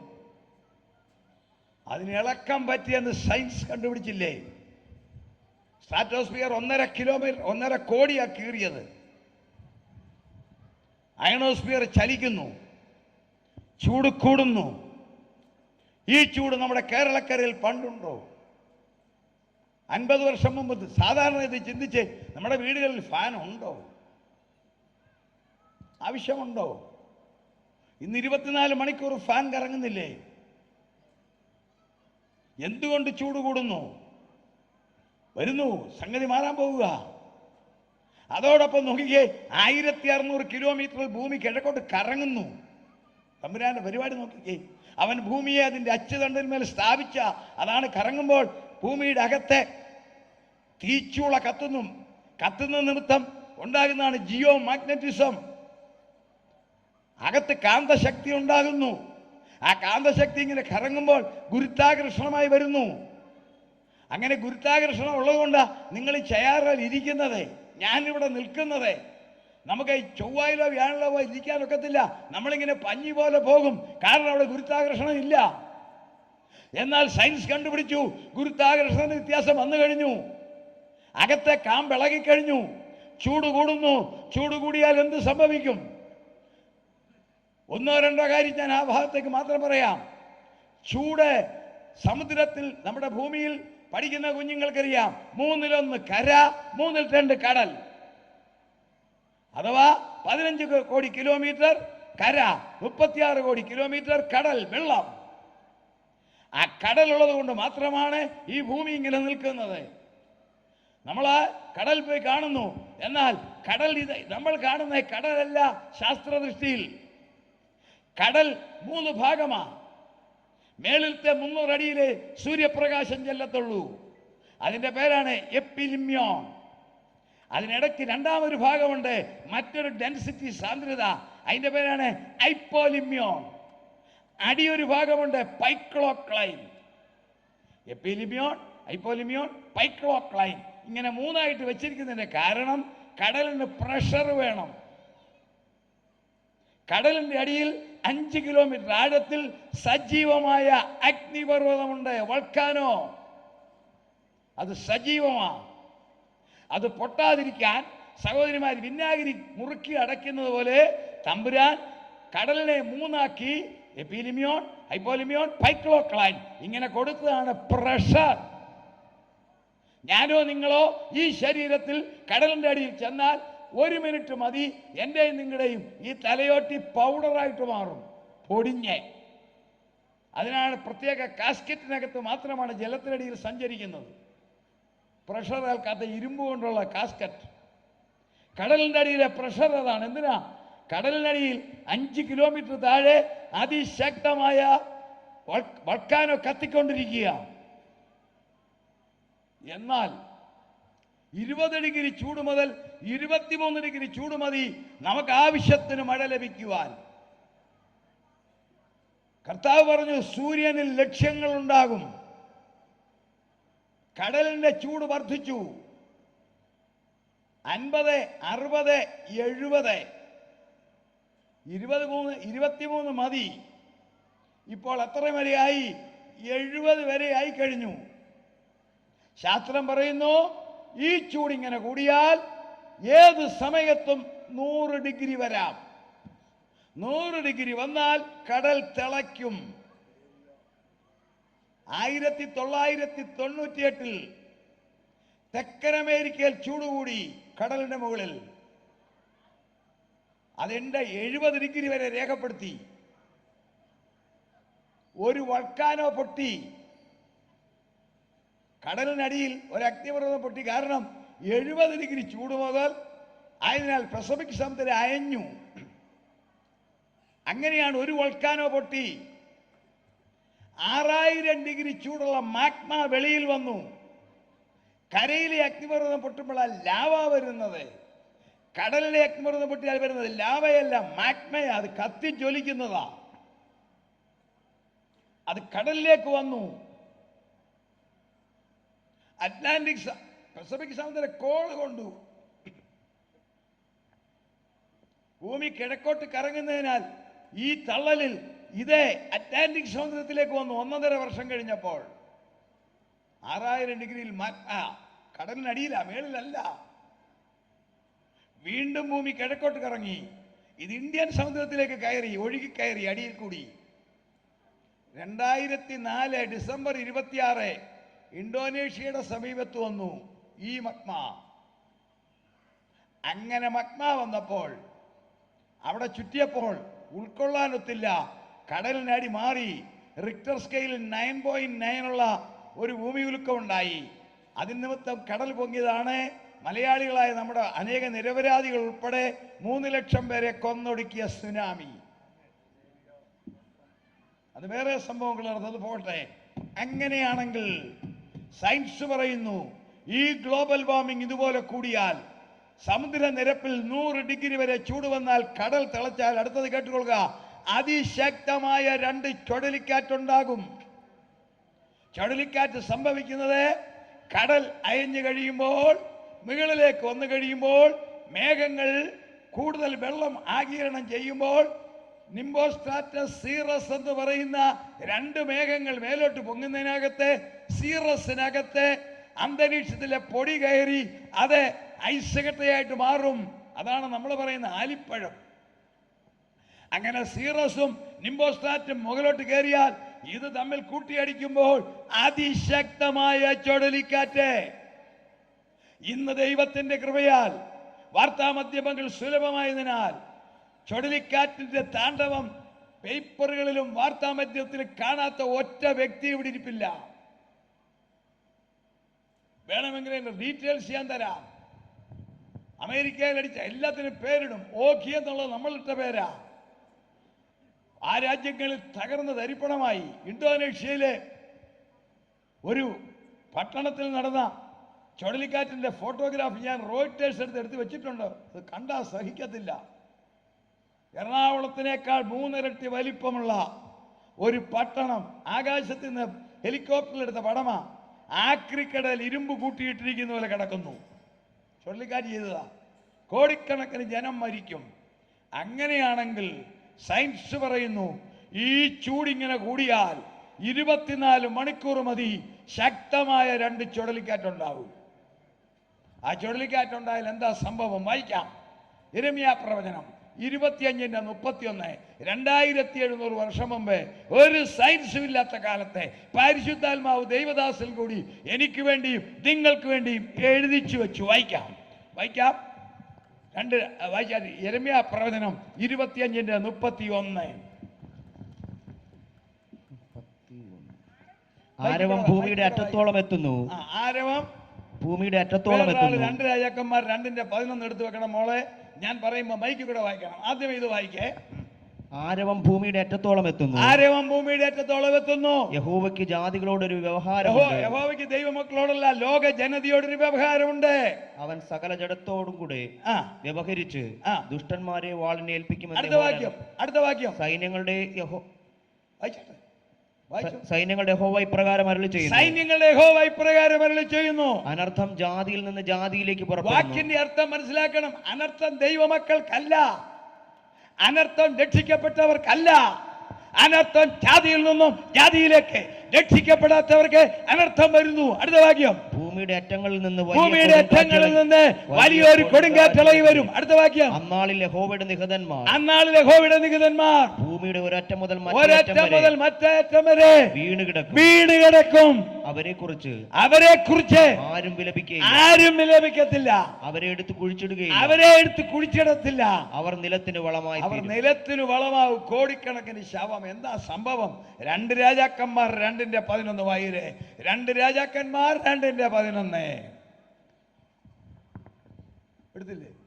ഞാൻ നേരത്തെ പറഞ്ഞ എടുത്ത്. 2 രാജാക്കന്മാർ 2:11. അവർ സംസാരിച്ചു കൊണ്ട് നടക്കുമ്പോൾ ഏലിയാവും എലീശായും സംസാരിച്ചുകൊണ്ട് നടക്കുന്നു. അഗ്നിരഥവും അഗ്നിശ്വങ്ങളും അഗ്നിരഥവും വന്ന് അവരെ തമ്മിൽ വേർതിരിച്ചു. അടുത്ത വാക്യം. അങ്ങനെ ഏലിയാവ്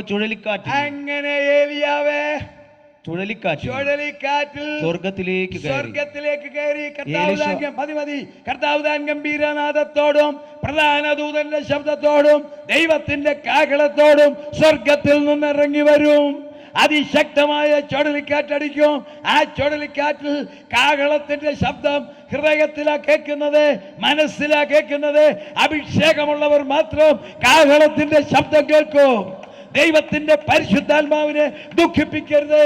അവനാലല്ലോ നിങ്ങൾ വീണ്ടെടുപ്പ് നാളിനായി മുദ്രയിട്ടിരിക്കുന്നു. എഫെസ്യർ 4:30. അഭിഷേകമുള്ളവർ കാഹളത്തിൽ ദൈവത്തിന്റെ പരിശുദ്ധാത്മാവിനെ ദുഃഖിപ്പിക്കരുത്. അവനാലല്ലോ നിങ്ങൾക്ക് വീണ്ടെടുപ്പ് നാളിനായി മുദ്രയിട്ടിരിക്കുന്നത്.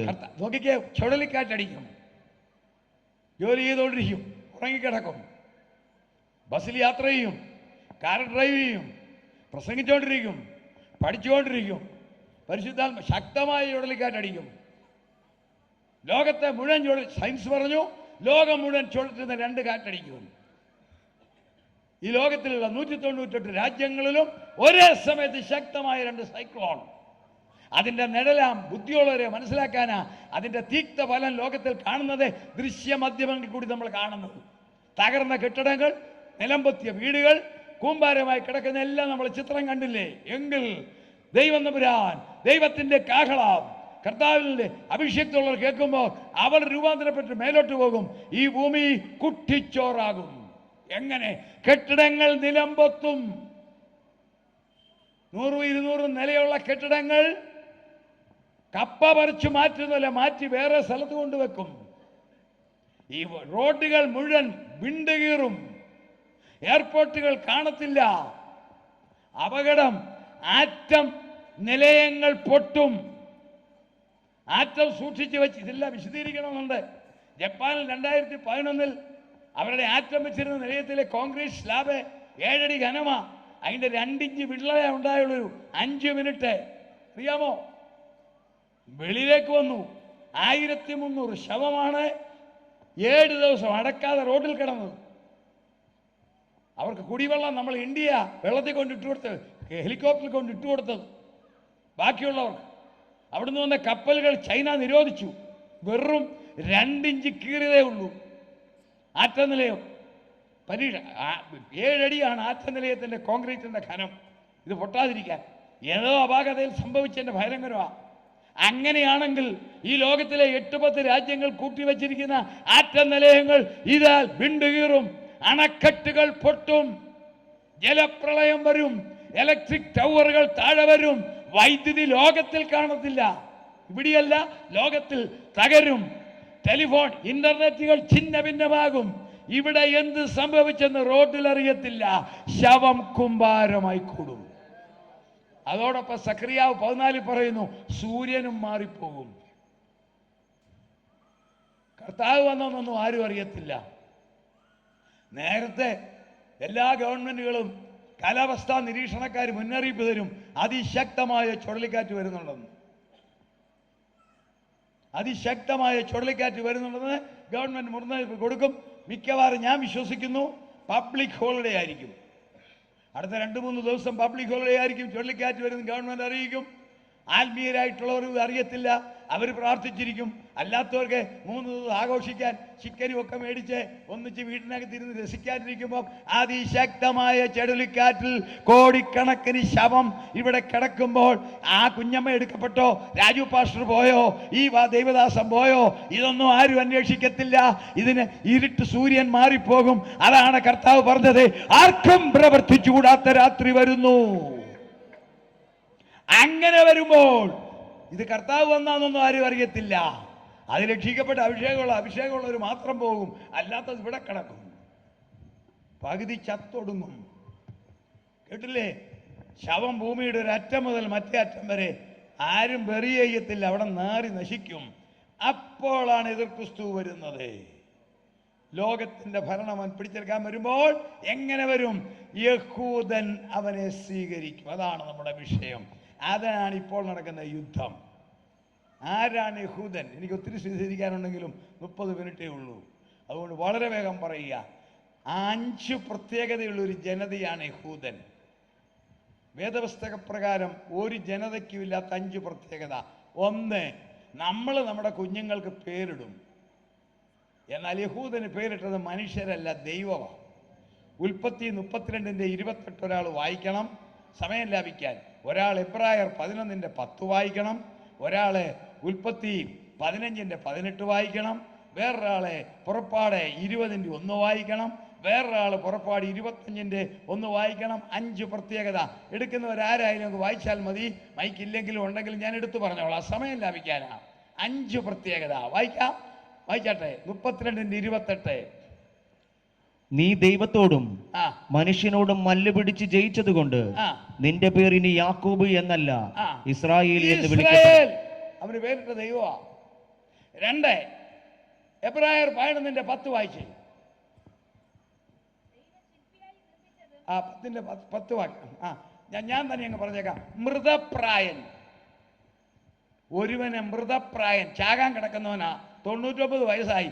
ഏത് സമയത്തും മലയാളിയുടെ ഭാഷ തട്ടിപ്പോവാം അല്ലേ? ആ പുള്ളിക്കാണ് മക്കളെ ലഭിച്ചത്. 2, 3 അതിർത്തി പിന്നീട് പറയും ഈ പലസ്തീൻ അവൻ്റെ അല്ല, അത് പലസ്തീനികളുടെയാ, ദൈവം കൊടുത്തതാ. അതിനാ ഒരു വാഗ്ദത്ത നാടെന്ന് പറയുന്നത്. വായിച്ചേ പുറപ്പാട് ഉൽപ്പത്തി 15:18. 3-ാമത്തെ പ്രത്യേകത. അന്ന് യഹോവ അബ്രഹാമിനോട് നിയമം ചെയ്തു, നിന്റെ സന്തതിക്ക് ഞാൻ മിസ്രയീം നദി തുടങ്ങി ഫ്രാത്ത് നദിയായ മഹാനദി വരെയുള്ള ഈ ദേശത്തെ കേന്യർ, കെനീസിയർ, കദ്മോന്യർ. അവകാശമായി ഇത് അവരുടെ ജന്മനാടല്ല. അബ്രഹാം ഇറാഖുകാരനാ, കൽദയ പട്ടണമായ ഊരുകാരനാ, അവിടെ കുടിയേറിയതാ, ദൈവം കൊടുത്തതാ. 3, 4-ാമത്തത് ഇവർക്കല്ലാതെ ലോകത്തിൽ ആർക്കും കൽപ്പന കൊടുത്തിട്ടില്ല ദൈവം. 5, ഇവർക്കല്ലാതെ വേറെ ആർക്കും ആലയം പണിയാൻ പറഞ്ഞിട്ടില്ല, നമ്മളോടും പറഞ്ഞിട്ടില്ല. നമ്മൾ കൂടി വരുന്നത് ആലയം, നമ്മളാ ആലയം. നിങ്ങൾ ദൈവത്തിന്റെ, അറിയാവുന്നവരെന്ന് പറഞ്ഞ്, നിങ്ങൾ ദൈവത്തിന്റെ മന്ദിരം. ആശയം മനസ്സിലായോ? നമ്മൾ കൂടി വരുന്നു ഇവിടെ. എന്നാൽ ആലയം പണിയാൻ പറഞ്ഞ ആരോടെന്നറിയാവോ? യഹൂദനോടെ. അങ്ങനെ 5 പ്രത്യേകത. ഇനിയും ലോകത്തിലെ ഏറ്റവും ബുദ്ധിമാനവൻ, സകല കണ്ടുപിടുത്തങ്ങളും അവനാ. ഒരു ജനതയും അവന്റെ അടുത്ത് നിൽക്കത്തില്ല ബുദ്ധിയിൽ. എല്ലാ കണ്ടുപിടുത്തത്തിൻ്റെ പുറകിൽ ഒരു യഹൂദനുണ്ട്. ലോകത്തിൽ നിന്ന് നമ്മൾ ഉപയോഗിക്കുന്ന എല്ലാ സാധനങ്ങളുടെയും പുറകിൽ അവനാ, യഹൂദന്റെ ബ്രെയിനാ. പക്ഷെ ഒരു കാര്യത്തിൽ മാത്രം ബുദ്ധികേട് പറ്റി. സ്വന്തത്തിലേക്ക് വന്നു, സ്വന്തമായവരും അവനെ കൈക്കൊണ്ടില്ല. കർത്താവ് രക്ഷകനായി യഹൂദന്മാരുടെ വന്നു, അവനെ കൈക്കൊണ്ടില്ല. അതുകൊണ്ടാണ് നിങ്ങളും ഞാനിവിടെ ഇരിക്കുന്നത്. ഒരു ബുദ്ധികേട് മാത്രം പറ്റി, ക്രിസ്തുവിനെ കൈക്കൊണ്ടില്ല. മതഭ്രാന്ത് കൊണ്ട് മാത്രമല്ല, അവനെ ക്രൂശിക്കുകയും ചെയ്തു, ഇല്ലേ? അതിൻ്റെ തിക്തഫല ഇന്നലെ നമ്മൾ ചിന്തിച്ചു. കർത്താവ് പറഞ്ഞു, പ്രൈസ് ദി ലോർഡ്, ഇത് തളിർക്കും. 1 വർഷത്തിന് മേലായില്ലേ പലസ്തീനിൽ കൊടുമ്പിരി കൊള്ളുന്ന യുദ്ധം. ദൈവമക്കളെ, അതിൻ്റെ ആത്മീയ വശം പറയാനാണ് ഞാൻ നിൽക്കുന്നത്. എന്താണ് ഇതിൻ്റെ കാരണം? ആരോടാണ് ഈ യുദ്ധം? Praise the Lord. ആരാണ് ഈ പലസ്തീനികൾ? ഹമാസ് എന്നൊക്കെ പറയുന്ന തീവ്രവാദ സംഘടനകളാണ്. അതൊക്കെ എല്ലാ രാജ്യത്തിലും ഉണ്ട്. തീവ്രവാദികളില്ലാത്ത ഒറ്റ രാജ്യമില്ല. നമ്മുടെ രാജ്യത്തിലുണ്ട്. തീവ്രവാദി എന്ന് പറഞ്ഞാൽ ഭരിക്കുന്ന ഗവൺമെൻറ്റിനോട് തുരങ്കം വെക്കുന്ന എല്ലാം തീവ്രവാദികളാണ്. ഭരിക്കുന്ന ഗവൺമെൻറ്റിനോട് ആശയത്തിൽ നമുക്ക് വിയോജിപ്പ് കണ്ടേക്കാം. ഒരുപക്ഷെ ഭരിക്കുന്നത് പാർട്ടി അല്ലായിരിക്കാം നമ്മൾ. പക്ഷേ നമ്മൾ ഗവൺമെൻറ്റിനെ അനുസരിക്കാൻ ബാധ്യസ്ഥരാണ്. നമ്മുടെ ഗവൺമെൻറ് എന്ന് പറയുമ്പോൾ നമുക്കൊരു അഭിമാനം വേണം. അത് ആരായാലും, ജനാധിപത്യ വ്യവസ്ഥ ഏതാ, ആര് ഭരിച്ചാലും പൗരൻ എന്ന രീതിയിൽ നമ്മൾ അവരെ ബഹുമാനിക്കുന്നു. തീവ്രവാദി എന്ന് പറഞ്ഞാൽ ഭരണകൂടങ്ങളോട് തുരങ്കം വെക്കുക, റെയിൽവേ ട്രാക്ക് നശിപ്പിക്കുക, ഇങ്ങനെയുള്ള കാര്യങ്ങൾ ചെയ്യുന്ന തീവ്രവാദികൾ അത് ലോകം മുഴുവനുണ്ട്. ഈ ഹമാസ് എന്ന് പറയുന്നത്, ഹിസ്ബുള്ള എന്ന് പറയുന്ന തീവ്രവാദികളാ, ഒരു ജാതി അല്ല, തീവ്രവാദികളാ. എന്നാൽ ഈ പലസ്തീനികൾ ആരാന്നറിയാവോ? പലസ്തീനികൾ എന്ന് പറയുന്നത് ഈജിപ്ഷ്യൻസ് ആണ്. ഷേം, ഹാം, യാഫത്ത്, ജലപ്രളയ ശേഷം ഉണ്ടായ ജനത. അതിൽ ഷേമിൻ്റെ സന്തതികളാണ്. ഉൽപ്പത്തി പുസ്തകം 11-ാം അധ്യായത്തിൽ കാണാം. ലോകത്തിലെ ജനത നമ്മളെല്ലാം അതിനകത്ത് വരുന്നു. യാഫത്തിൻ്റെ സന്തതികളാണ് ഗോഗ്, മാഗോഗ്, സൈബീരിയ, റഷ്യക്കാർ. ഹാമിൻ്റെ സന്തതികൾ ആരാന്ന് നോക്കിക്കേ. ഹാമിൻ്റെ സന്തതികൾ മാത്രം പറയാം, വായിക്കാം. ഉൽപ്പത്തി 10:6 വായിക്കാം. ഹാമിന് 4 പുത്രന്മാർ. ആരൊക്കെയാ ഹാമിന്റെ പുത്രന്മാരോ? 10:6. ഹാമിന്റെ പുത്രന്മാർ കൂശ്. കൂശ് എന്ന് പറഞ്ഞാൽ എത്യോപ്യർ. അടുത്തത് മിസ്രയീം. അതവിടെ നിൽക്കട്ടെ, മിസ്രയീം. അടുത്തത് പൂത്ത്. പൂത്ത് എന്ന് പറഞ്ഞാൽ മധ്യ ആഫ്രിക്ക, പൂത്യർ. അടുത്തത് കനാൻ. കനാനർ, കനാന്യർ. ഇതാണ് 4 മക്കൾ. ഒന്ന് കൂത്യർ, പൂത്യർ, കൂശ്യർ. ഇനി മിസ്രയീം ആരാന്നറിയാവോ? 2ാമത്തെ മകന്റെ പേരാ മിസ്രയീം. അവന്റെ മക്കളുടെ പേര് കേൾക്കാൻ രസമാണ്. എന്നാന്നറിയാവോ? നമ്മൾ ഈ കുഞ്ഞുങ്ങൾക്കൊക്കെ കുഞ്ഞമ്മ, അന്നമ്മ, റോസമ്മ, ശാന്തമ്മ എന്ന് പേരിടുകയല്ലേ, ഇതുപോലെ പ്രാസ ഒപ്പിച്ച് ആദ്യം പേരിട്ടത് മിസ്രയീം. വായിക്കാം. ഉൽപ്പത്തി പുസ്തകം 10:13 ഒന്ന് വേഗം വായിച്ചേ, കേട്ടോണം. മിസ്രയീമോ, ലൂദീം, അനാമീം, ലഹാബീം, നഫ്തൂഹീം, പത്രൂസീം, കസ്ലൂഹീം. എല്ലാഹീം. ഇവരിൽ നിന്ന് 6 മക്കളെ. എന്നാ രസമ കേൾക്കാൻ. ലൂദീം, അനാമീം, നഹാമീം, നഫ്തൂഹീം, കുസ്ലൂഹീം, പത്രൂസീം. നമ്മൾ പറയുന്നത് ശാന്തമ്മ, കുഞ്ഞമ്മ, അന്നമ്മ, റോസമ്മ, ചാക്കോച്ചൻ, അല്ലേ? അന്തപ്പൻ, ചാക്കോച്ചൻ, കുട്ടച്ചൻ, ഇതുപോലെ പേരിട്ട പുള്ളികളായവർ. അങ്ങനെ 6 മക്കളുണ്ടായി. അടുത്ത വായിച്ചേ. അടുത്ത വാക്യം 13. 6 മക്കൾ വായിച്ചേ. ഇവരിൽ കനാൻ തന്റെ ആദ്യ അല്ലല്ല, അതിന് മേലത്തെ വാക്യം. ഇവരിൽ നിന്നും ഫെലിസ്ത്യരുണ്ടായി. ഫെലിസ്ത്യർ എന്ന് പറയുന്നത് ഈ മിസ്രൈമിന്റെ മക്കളാണ്. അവരുടെ നാടാണ് ഈജിപ്റ്റ്. അവിടുന്നാണ് കുടിയേറിയതാണ് ഗാസ. ഗാസ എന്ന് പറയുന്ന പലസ്തീനികളുടെയാണ്. മറ്റ് സ്ഥലങ്ങൾ കനാൻ ദേശം നമ്മൾ പറയത്തില്ലേ, അത് കനാന്യരുടെയാണ്, യഹൂദന്റെ അല്ല. അതിന്റെ തെക്കു ഭാഗത്തുള്ളതാണ് ഗസ. ആ ഗസ പലസ്തീനികളുടെയാണ്. ഇത്രയും ബഹളം നടന്നില്ലേ, 1 വർഷമായില്ലേ. ഇതിനിടയിലും കറണ്ടും വെള്ളവും കൊടുക്കുന്നത് ആരാന്നറിയാവോ? ഇസ്രായേൽ. ഈ പലസ്തീനികളുമായിട്ടുള്ള പോരാട്ടം എന്താ സംഭവിച്ചത്? എല്ലാവരും ചിന്തിച്ചു. പക്ഷെങ്കിൽ ലോകം മുഴുവൻ എതിർത്ത് നിന്നാലും ഇസ്രായേൽ നശിക്കത്തില്ല. എന്തുകൊണ്ട്? വേദവസ്തവമാണ് ഞാൻ പറയുന്നത്. ലോകത്തിലെ 198 രാജ്യങ്ങളും ഇസ്രായേലിനെതിരായിട്ട് നിന്നാലും ഇസ്രായേൽ നശിക്കത്തില്ല. വായിക്കാം. 135 സങ്കീർത്തനം 4-ാം വാക്യം വായിക്കാം. വേറൊരാൾ യെരമ്യാ പ്രവചനം 31:35 വായിക്കണം. വേഗം വായിക്കണം. 135 സങ്കീർത്തനം 4-ാം വാക്യം വായിക്കാം. യഹോവ യാക്കോബിനെ തനിക്കായിട്ടും ഇസ്രായേലിനെ തന്റെ നിക്ഷേപമായി തെരഞ്ഞെടുത്തിരിക്കുന്നു. യഹോവയുടെ നിക്ഷേപമായി ഇസ്രായേൽ. ദൈവത്തിന്റെ നിക്ഷേപത്തെ തൊടാൻ ഒരു മനുഷ്യർക്കും സാധിക്കത്തില്ല. ഇനി അടുത്തത് മൈക്ക് കൂടെ വായിച്ചേ. യെരമ്യാവ് 31:35. മൈക്ക് കൂടെ വായിക്കണം. യെരമ്യാവ് 31:35. മൈക്ക് എടുത്ത് കൊടുക്കണേ. മൈക്ക് കൊടുക്കണേ പ്ലീസ്. മൈക്ക് കൊടുക്കാൻ ഇത്രയും ഒരു മൈക്ക് വായിക്കുന്ന സൗകര്യം തന്നു. ഇന്നലെ നല്ല കടുകുമണി പോലെ വായിച്ചില്ല. ഇന്ന് എന്ത് പറ്റി? 31:35. സൂര്യൻ പകൽ പോലെ, സൂര്യൻ പകൽ വെളിച്ചത്തിനും. ദൈവം സൃഷ്ടിച്ചത് നിങ്ങളും ശ്രദ്ധിക്കുക. സൂര്യനെ പകൽ വെളിച്ചത്തിനും ചന്ദ്രന്റെയും നക്ഷത്രങ്ങളുടെയും വ്യവസ്ഥയെ, ചന്ദ്രങ്ങളുടെയും നക്ഷത്രത്തിന്റെയും വ്യവസ്ഥയെ, വെള്ളത്തെയും രാത്രി വെളിച്ചത്തിനും നിയമിച്ചിരിക്കുന്നവനും കടലിലെ തിരകൾ അലറുവാൻ തക്കവണ്ണം അതിനെ ഇളക്കുന്നവനും.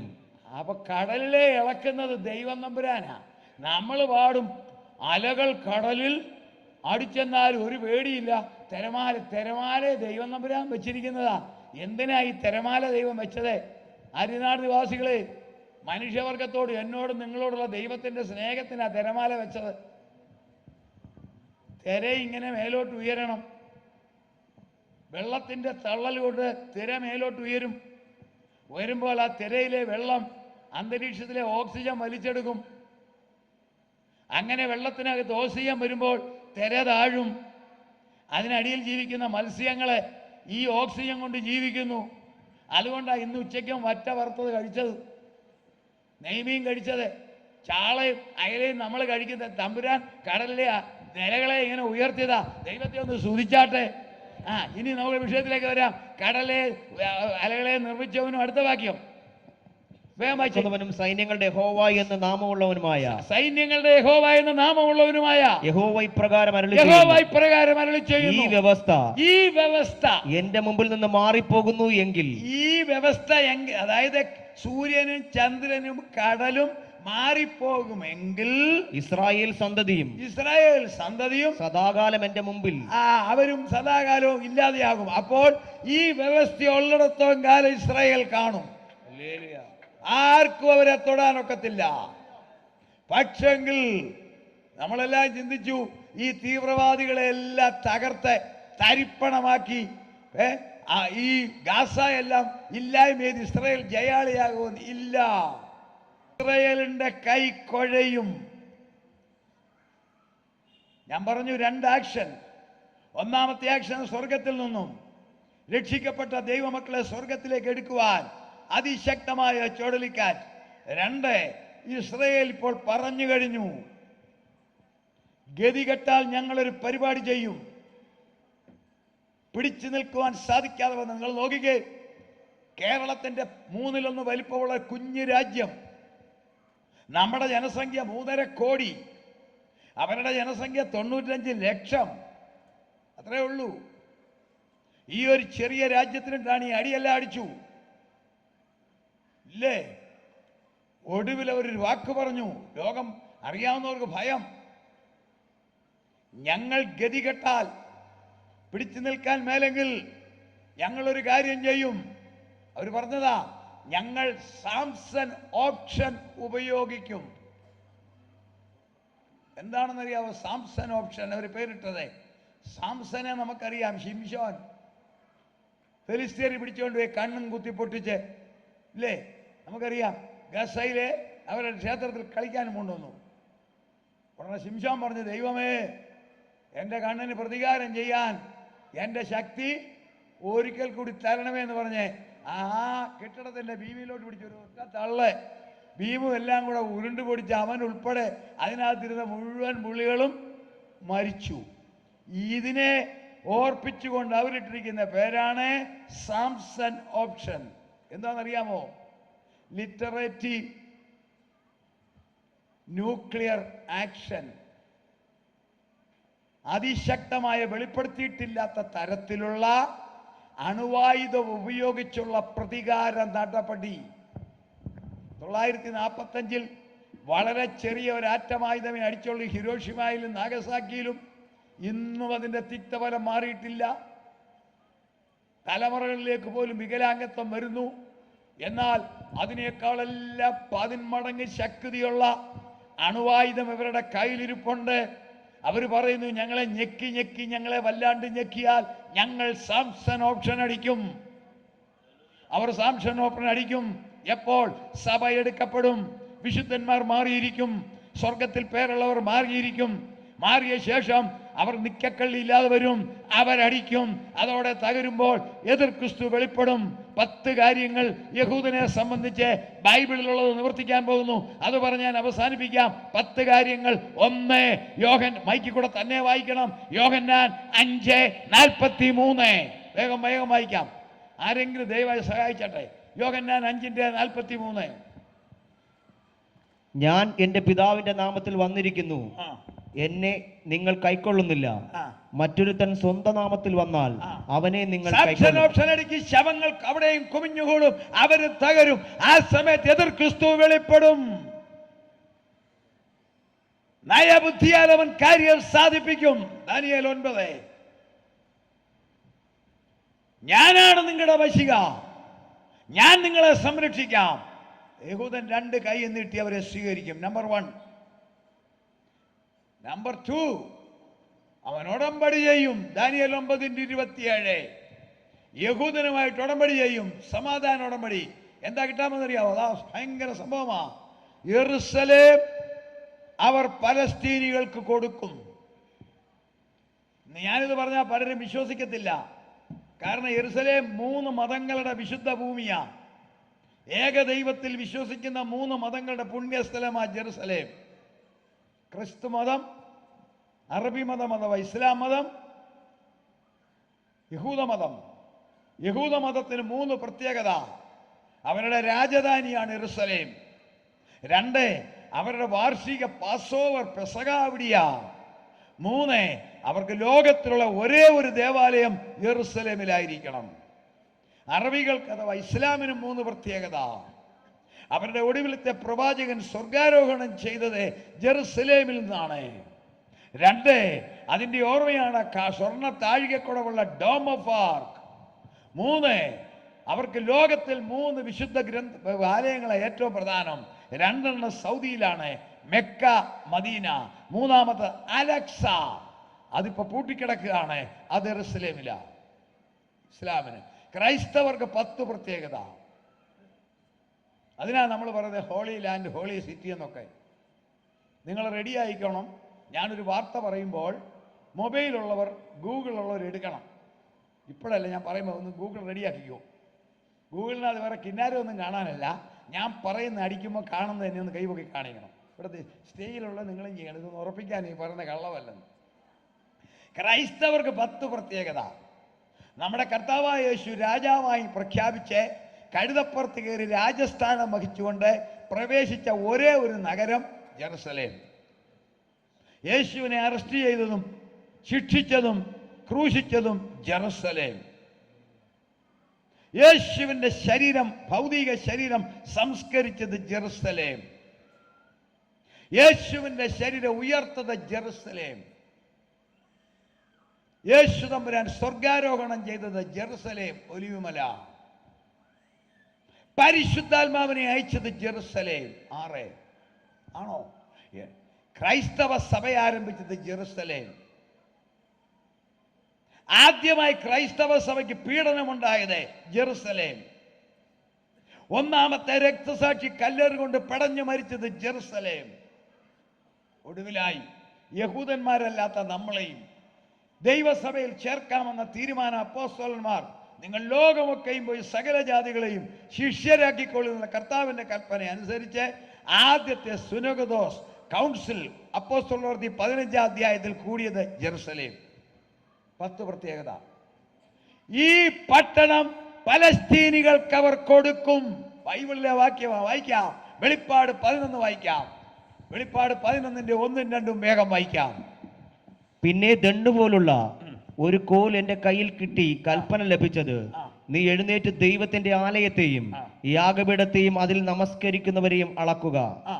ആലയത്തിന് പുറത്തേക്കുള്ള പ്രകാരം അളക്കാതെ വിട്ടേക്ക. അടുത്ത വാക്യം അത് കേൾക്കണം. ജാതികൾക്ക് ജാതികൾക്ക് കൊടുത്തിരിക്കുന്നു. അവർ വിശുദ്ധ നഗരത്തെ 42 മാസം ചവിട്ടും. കണ്ടോ, ജാതികൾ പിടിച്ചെടുക്കുമെന്നല്ല, വിശുദ്ധ നഗരം ഒരു ഉടമ്പടിയിൽ ജാതികൾക്ക് കൊടുക്കും. ഇസ്രായേലിന്റെ കൈ കുഴയും, സാംഷൻ ഓപ്ഷൻ അടിക്കും, അണുവായുധങ്ങൾ കത്തിജ്വലിക്കും, അവനും ഇല്ലാതാകും, എതിർ ക്രിസ്തു വെളിപ്പെടും, ഉടമ്പടി ചെയ്യും. ഉടമ്പടിയുടെ ഒരു ഭാഗമാണ് ജെറുസലേം വിട്ടുകൊടുക്കും. ഒന്ന്, യഹൂദനെ എതിർ ക്രിസ്തുവിനെ കൈക്കൊള്ളും. 2, ഉടമ്പടി ചെയ്യും, അപ്പോൾ ജെറുസലേം വിട്ടുകൊടുക്കും. 3, പകരം ഇവരുടെ ചിരകാല സ്വപ്നമായ ജെറുസലേം ദേവാലയം നിർമ്മിച്ചു കൊടുക്കും. അവൻ ദേവാലയത്തിൽ ഇരുന്നു കൊണ്ട് 2 തെസ്സലോനിയർ 2:4 മൂന്നാമത്തെ ഉടമ്പടി അതാണ്. 4-ാമത്തെ സംഭവം ഇസ്രായേലിൽ വരുന്നതാണ്. മുമ്പേ ഞാൻ പറഞ്ഞത്, അവനെ നമസ്കരിക്കണം. ഇസ്രായേലിന്റെ സംഭവം വരാൻ പോവുക 13:14. അപ്പോഴാണ് ഇസ്രായേൽ ഇടറും, ചെയ്യത്തില്ല. ഇസ്രായേലിനെ തുരുതുര കൊല്ലാൻ തുടങ്ങും. ഉടനെ അവരെ പ്രൊമോട്ട് ചെയ്യാൻ 2 സാക്ഷികൾ കയറി വരും. 5-ാമത്തെ സംഭവം വെളിപ്പാട് 11:8 വായിക്കാം. മൊബൈൽ ഒന്ന് റെഡിയാക്കിക്കോണം. വെളിപ്പാട് 11:8. വെളിപ്പാട് 11:8 ഒന്ന് വായിച്ചേ. അവരുടെ കർത്താവ് ക്രൂശിക്കപ്പെട്ടതും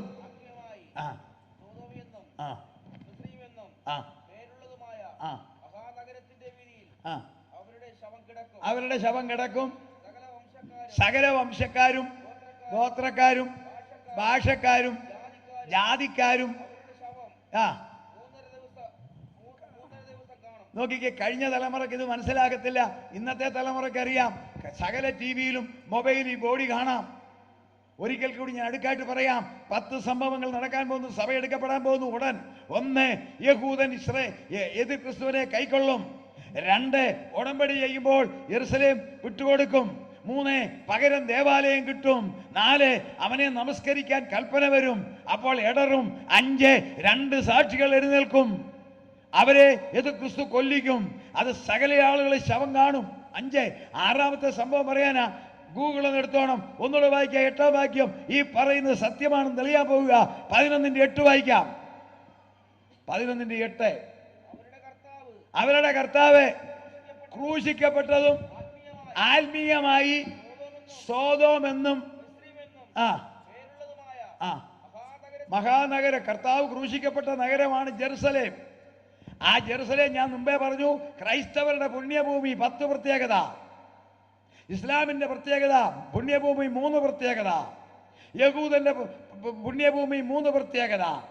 ആ നഗരത്തിന് സോദോം എന്ന് പേര് വരുവന്ന്. എന്താണ് സോദോം? അറിയാമല്ലോ, സ്വവർഗഭോഗികൾ. ഒളിച്ചു വെക്കേണ്ട കാര്യമില്ലല്ലോ. സ്വവർഗഭോഗികളുടെ നാടെന്ന് പേര് വരുവന്ന് യെരുശലേമിന്, ഈ പുണ്യനഗരത്തിന്.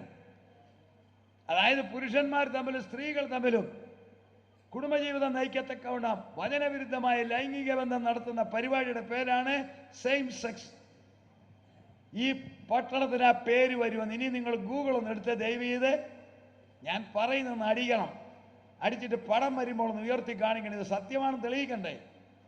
ഈ പുണ്യനഗരത്തെക്കുറിച്ച് ഇങ്ങനെ പറഞ്ഞേച്ച് എനിക്ക് പോകാൻ ഒക്കുവോ? ജെറുസലേം ഗേ പരേഡ് 2024 നടി. ഗേ എന്ന് പറഞ്ഞാൽ GEY, ജി വലിയ അക്ഷരം, EY. ഗേ എന്ന് പറഞ്ഞാൽ സെയിം സെക്സ് നടത്തുന്ന പുരുഷന്മാർ. ജെറുസലേം ഗേ പരേഡ് ഇംഗ്ലീഷിൽ അടിക്കണം. 2024 എന്നടിച്ച് ഒരു പടം വരുന്നത് ദയവായി ഒന്ന് കാണിക്കും. ഇവിടെ ഇത്രയും പേരുടെ ഇല്ല, ആരും ഒന്ന് എടുത്തേ മൊബൈൽ ഇങ്ങോട്ട്. ആ പടം ഇങ്ങ് കൊണ്ടുവരണം ബ്രദറെ. ആ പടം ഒന്ന് കൊണ്ടുപോവാ, ധൈര്യത്തോടെ കൊണ്ട് വചനമായി തെളിയിക്കണ്ടേ? എടുത്തവരാരും ഒന്ന് കാണിച്ചേ, പടം കാണിച്ചേ, തെളിച്ച് പടം എടുത്ത് തെളിച്ചേ. ഇവിടെ നിങ്ങളുടെ ആരുടെയും കൈ കിട്ടിയ ഒന്ന് കൈപൊക്കി കാണിക്കാവൂ. ഇത് കള്ളമെല്ലാം തെളിയിച്ചു പോകണ്ടേ?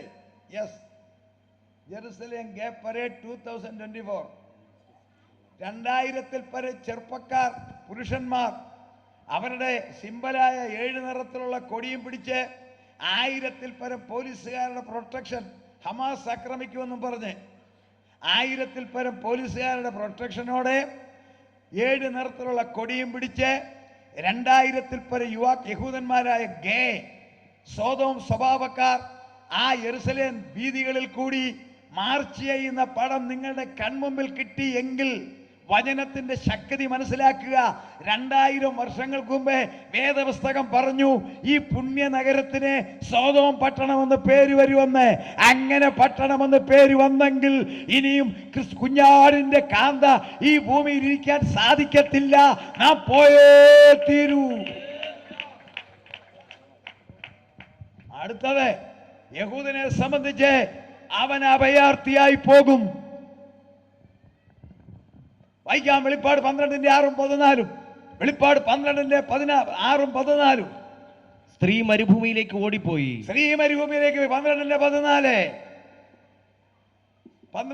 അപ്പോൾ സ്ത്രീക്ക് മരുഭൂമിയിൽ, അവർക്ക് സ്ത്രീക്ക് മരുഭൂമിയിൽ തന്റെ സ്ഥലത്തേക്ക് പറന്നു പോകേണ്ടതിന് വലിയ കഴുകിന്റെ 2 ചിറക് ലഭിച്ചു. ഇതൊക്കെ നിർവർത്തിച്ചില്ലേ? ആരാണ് ഈ പലസ്തീൻ ഇതൊക്കെയുള്ള മരുഭൂമി?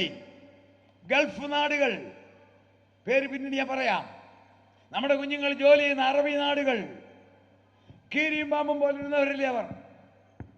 നിങ്ങൾക്കറിയാമോ, ഇസ്രയേൽ പോയ പാസ്പോർട്ടുള്ള ഒരു വ്യക്തിയെ അറബി നാട്ടിൽ കയറ്റത്തില്ലായിരുന്നു. ആരും ഇസ്രായേൽ പോകുമ്പോൾ പാസ്പോർട്ട് ഒറിജിനൽ കൊണ്ടുപോകത്തില്ല. അവിടെ കൊണ്ടുപോയി അമ്മാനിൽ കൊണ്ട് സറണ്ടർ ചെയ്യും. അതിൽ ഇസ്രായേൽ എൻട്രി പാടില്ല. അവളുള്ളവർക്ക് ഗൾഫിൽ പ്രവേശനമില്ല. അമ്മാനിൽ നിന്ന് ഒരു പാസുമായിട്ടാണ് പോകുന്നത്. ഇസ്രായേൽ എന്ന നാമം ഉച്ചരിച്ചതിന് ഒരു പെൺകുട്ടിയെ 970 എക്സിറ്റ് ചെയ്ത രാജ്യമാണ് സൗദി അറേബ്യ. ഇന്ന് കാറ്റുമാറിയത് കണ്ടോ? എന്നാ നയതന്ത്ര ബന്ധമാ. ദുബൈ ഇസ്രായേൽ ബന്ധമറിയാമോ? എമിറേറ്റ്സിന്റെ ഫ്ലൈറ്റ് അങ്ങോട്ട്, ഇസ്രായേലിന്റെ ഫ്ലൈറ്റ് ഇങ്ങോട്ട്. എന്താ വ്യവസായ കരാർ, ഒത്തുതീർപ്പ്. Bahrain, Kuwait, Saudi Arabia. ആ രാജകുമാരനാണ് ആദ്യം വിളിച്ചു പറഞ്ഞു ഇസ്രായേലിന് ഒരു രാജ്യം ഉണ്ടാകാൻ അവകാശമുണ്ട്. ആകാശപാത ഇസ്രായേലിനെ തുറന്നു കൊടുത്തു. ആരെ? അറബികൾ. തീർന്നില്ല. 1 വർഷവും 3 മാസവും ഇപ്പൊ യുദ്ധം നടന്നില്ലേ? ഏതെങ്കിലും അറബി രാജ്യം ഇസ്രായേലിനെതിരായി അനങ്ങിയോ? നിങ്ങൾ ശ്രദ്ധിച്ചോ? ഏതെങ്കിലും അറബി രാജ്യം അനങ്ങിയോ? ഖത്തറും ഈജിപ്തും ഒത്തുതീർപ്പിനല്ലേ പോയത്? വേണ ഈ സമയത്ത് അവർക്ക് തകർക്കാൻ പാടില്ലേ? ഇല്ല. വചനം നിറവേറാൻ പോകുന്നു. അവരെ പോറ്റി സംരക്ഷിക്കും. അടുത്തത് എതിർ ക്രിസ്തുവിനെ ഹർമഗദോൻ യുദ്ധത്തിൽ കർത്താവ് ഇല്ലായ്മയെയും. വെളിപ്പാട് 19:19-20 വായിക്കണ്ട. അതിനുശേഷം കർത്താവ് തിരിച്ചു വിളിക്കും. വരെ വായിക്കാം. കുതിരപ്പുറത്തിരിക്കുന്നവനോട്, അല്ലല്ല, യെശയ്യാവ് 11:11 തിരിച്ചു വിളിക്കും. അഭയാർത്ഥികളായി പോകും, അവരെ തിരിച്ചു വിളിക്കും. 10 കാര്യങ്ങൾ വായിക്കാം. യെശയ്യാവ് 11:11. അന്നാളിൽ കർത്താവ് തന്റെ ജനത്തിൽ ശേഷിപ്പുള്ളവരെ അസീറിയയിൽ നിന്നും, ഈജിപ്തിൽ നിന്നും, പേട്രയിൽ നിന്നും, എത്യോപ്യയിൽ നിന്നും, സിറാനിൽ നിന്നും, നോക്കിക്ക് ഇതല്ല, ഇറാഖിൽ നിന്നും, കുവൈറ്റ്, സൗദി അറേബ്യ, ഒമാന്, UAE, അവിടെ നിന്നെല്ലാം. അടുത്ത വാക്യം, ദ്വീപുകളിൽ നിന്നും വീണ്ടുകൊള്ളുവാൻ 2ാം പ്രാവശ്യം കൈനീട്ടും. 1ാം പ്രാവശ്യം കൈനീട്ടി. ഇന്നലെ നമ്മൾ ചിന്തിച്ചു 1948 മെയ് 14 അത്തി തളർത്തു. 1ാം പ്രാവശ്യം അവരെ ചെതറിക്കും. അവർ സ്ത്രീ മരുഭൂമിയിലേക്ക് പോകും. എതിർ ക്രിസ്തുവിന്റെ പീഡ സഹിക്കാൻ മേലാതെ അവനെ ഇല്ലായ്മ ചെയ്യുമ്പോൾ കർത്താവ് തിരിച്ചു വിളിക്കും. 9ാമത്തെ സംഭവം, അവർ കുത്യവങ്കിലേക്ക് നോക്കും. വായിക്കാം. സക്രിയാവ് 12:10, 13:6 വായിക്കാം. സക്രിയാവ് 12:10, 13:6. ഞാൻ ദാവീദ് ഗൃഹത്തിന്മേലും യെരൂശലേം നിവാസികളുടെ മേലും കൃപയുടെയും യാചനകളുടെയും ആത്മാവിനെ പകരും. അഭയാർത്ഥികളായി ഉടുതുണിക്കും അറുതുണിയില്ലാതെ പോയവരാ തിരിച്ചു വരും. തങ്ങളെ രക്ഷിച്ചത് ആരാന്ന് നോക്കൂ. കുത്യവങ്കില് മോഹം കാണും. 13:6 വായിച്ചേ. 13:6. എന്നാൽ അവനോട് നിന്റെ കയ്യിൽ കാണുന്ന ഈ മുറിവുകൾ എന്ത് എന്ന് ചോദിക്കുന്നതിന് തോമസിനെ കാണിച്ചതുപോലെ ആണിപ്പാടുള്ള കരം അങ്ങോട്ട് കാണിക്കാൻ കർത്താവേ. അവർ ചോദിക്കും, ഈ മുറിവെന്നാ? ഉത്തരം കേട്ടോണം. അവൻ അവൻ എന്നെ സ്നേഹിക്കുന്നവരുടെ വീട്ടിൽ എന്നെ വെച്ച് സ്നേഹിക്കുന്നവരുടെ വീട്ടിൽ വെച്ച് ഞാൻ അടികൊണ്ടതാ. 2000 വർഷങ്ങൾക്ക് മുമ്പ് ഞാൻ അടികൊണ്ടതാ. നിങ്ങളുടെ പിതാക്കന്മാർ എന്നെ ക്രൂശിച്ചതാ. ഞാൻ മനുഷ്യനല്ല, ദൈവമാ. ഞാൻ ഉയർത്തവനാണ്, ഞാൻ വീണ്ടും ജനിച്ചവനാണ്, ഞാൻ പുനരുദ്ധാനമാണ്, നിങ്ങളെ ഞാൻ സ്വീകരിക്കുന്നു എന്ന് പറയുമ്പോൾ ഏകജാതനെ കുറിച്ച് വിലപിക്കുന്നത് പോലെ കരഞ്ഞ് വിലപിക്കുമ്പോൾ കർത്താവ് അവരെ കൈക്കൊള്ളും. 10ാമത്തെ സംഭവം അതാണ് ആമോസ് 9:13, അപ്പോസ്തലപ്രവൃത്തി 15:16. ഞാൻ ദാവീദിന്റെ വീണുപോയ കൂടാരങ്ങളെ പണിയും. ഇസ്രായേൽ അതിനുവേണ്ടി തയ്യാറെടുപ്പാണ്. ഈ യുദ്ധം നിങ്ങൾ കണ്ടല്ലോ, കൈ കുഴയാൻ പോവുകയാണ്. അപ്പോൾ സഭയെടുക്കപ്പെടണം. സഭയെടുക്കത്തക്കവണ്ണം കാലാവസ്ഥ മാറി. സഭ ഏത് സമയത്തും എടുക്കപ്പെടും. വചനത്തിൽ കർത്താവിൻ്റെ വരവിനെ ഇനിയും നിവർത്തിക്കാൻ ഒരടയാളവുമില്ല. അത് കഴിയുമ്പോൾ ഇസ്രായേൽ സാംസൺ ഓപ്ഷൻ അടിക്കും, തകരും, എതിർ ക്രിസ്തു വെളിപ്പെടും, ലോകത്തിൽ മഹോദ്രവം ആരംഭിക്കും. എന്നാൽ ഇന്ന് രാത്രി പറയട്ടെ, ക്രിസ്തുവേശുള്ളവർക്ക് ഒരു ശിക്ഷാവിധിയുമില്ല.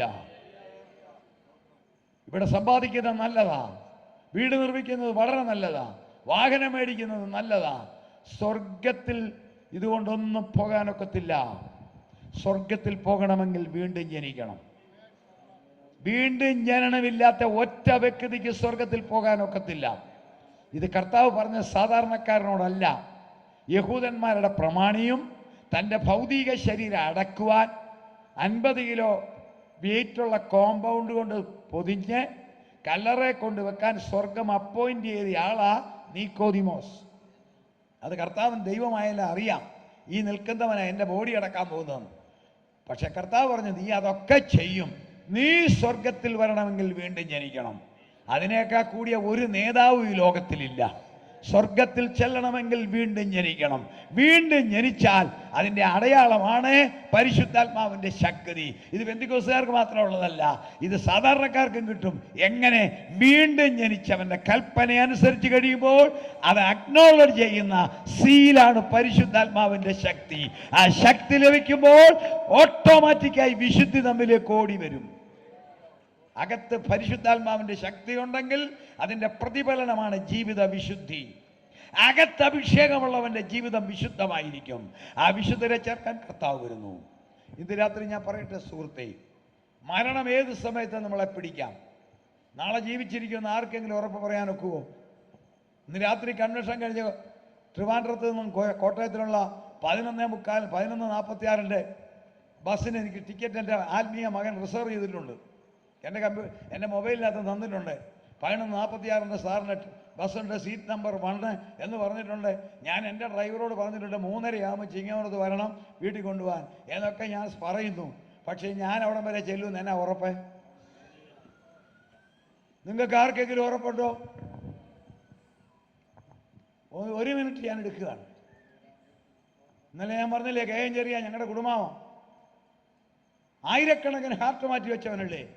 ഒരു മെഡിക്കൽ സർവീസ് കിട്ടാതെ ആൾ മരിച്ചു. ആയിരക്കണക്കിന് ഹാർട്ട് മാറ്റി വെച്ചവൻ്റെ ഹാർട്ട് അറ്റാക്ക് ഉണ്ടായി ബാംഗ്ലൂരിൽ കുഴഞ്ഞു വീണു. അവിടുന്ന് മണിപ്പാലിലേക്ക് കൊണ്ടുപോകുന്ന വഴിയിൽ ആൾ മരിച്ചു. എന്താണ് ഉറപ്പ്? പക്ഷെങ്കിൽ ഓരോറപ്പുണ്ട്, എവിടെ മരിച്ചാലും ആത്മാവ് സ്വർഗത്തിൽ ചെല്ലും. ആ ധൈര്യമുള്ളവരുടെ കരങ്ങളെ ഉയർത്തിക്കേ. എൻ്റെ കർത്താവ് ഇത്രയും വിശുദ്ധന്മാരുള്ളത് ഓർത്ത് സ്തോത്രം. എനിക്ക് ജീവിക്കുന്നത് ക്രിസ്തുവും മരിക്കുന്ന ലാഭവും. ഈ ഉറപ്പില്ലാത്ത ആരെങ്കിലും ഈ ഗ്രൗണ്ടിലോ വഴിയിലോ വീട്ടിലോ എന്നെ കേൾക്കുന്നെങ്കിൽ മിത്രമേ, ഇതൊരു സുപ്രസാദ സമയമാണ്. 1 രൂപ കൊടുക്കണ്ട, ഒരു വ്യക്തി അറിയണ്ട, ഹൃദയത്തെ ദൈവത്തിലേക്ക് കൊടുക്കാമോ? ഞാൻ വാതിക്കൽ നിന്ന് മുട്ടുന്നു കർത്താവ് പറയുന്നു.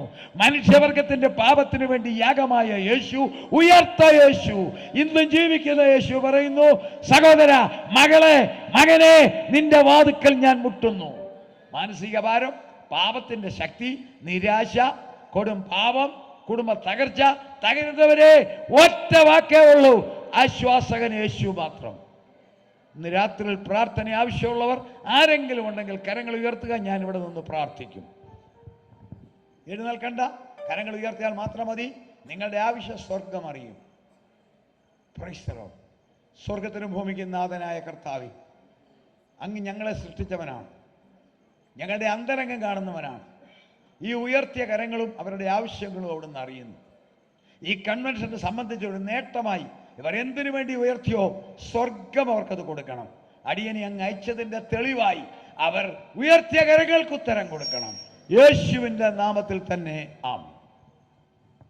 Praise the Lord, praise the Lord, praise the Lord.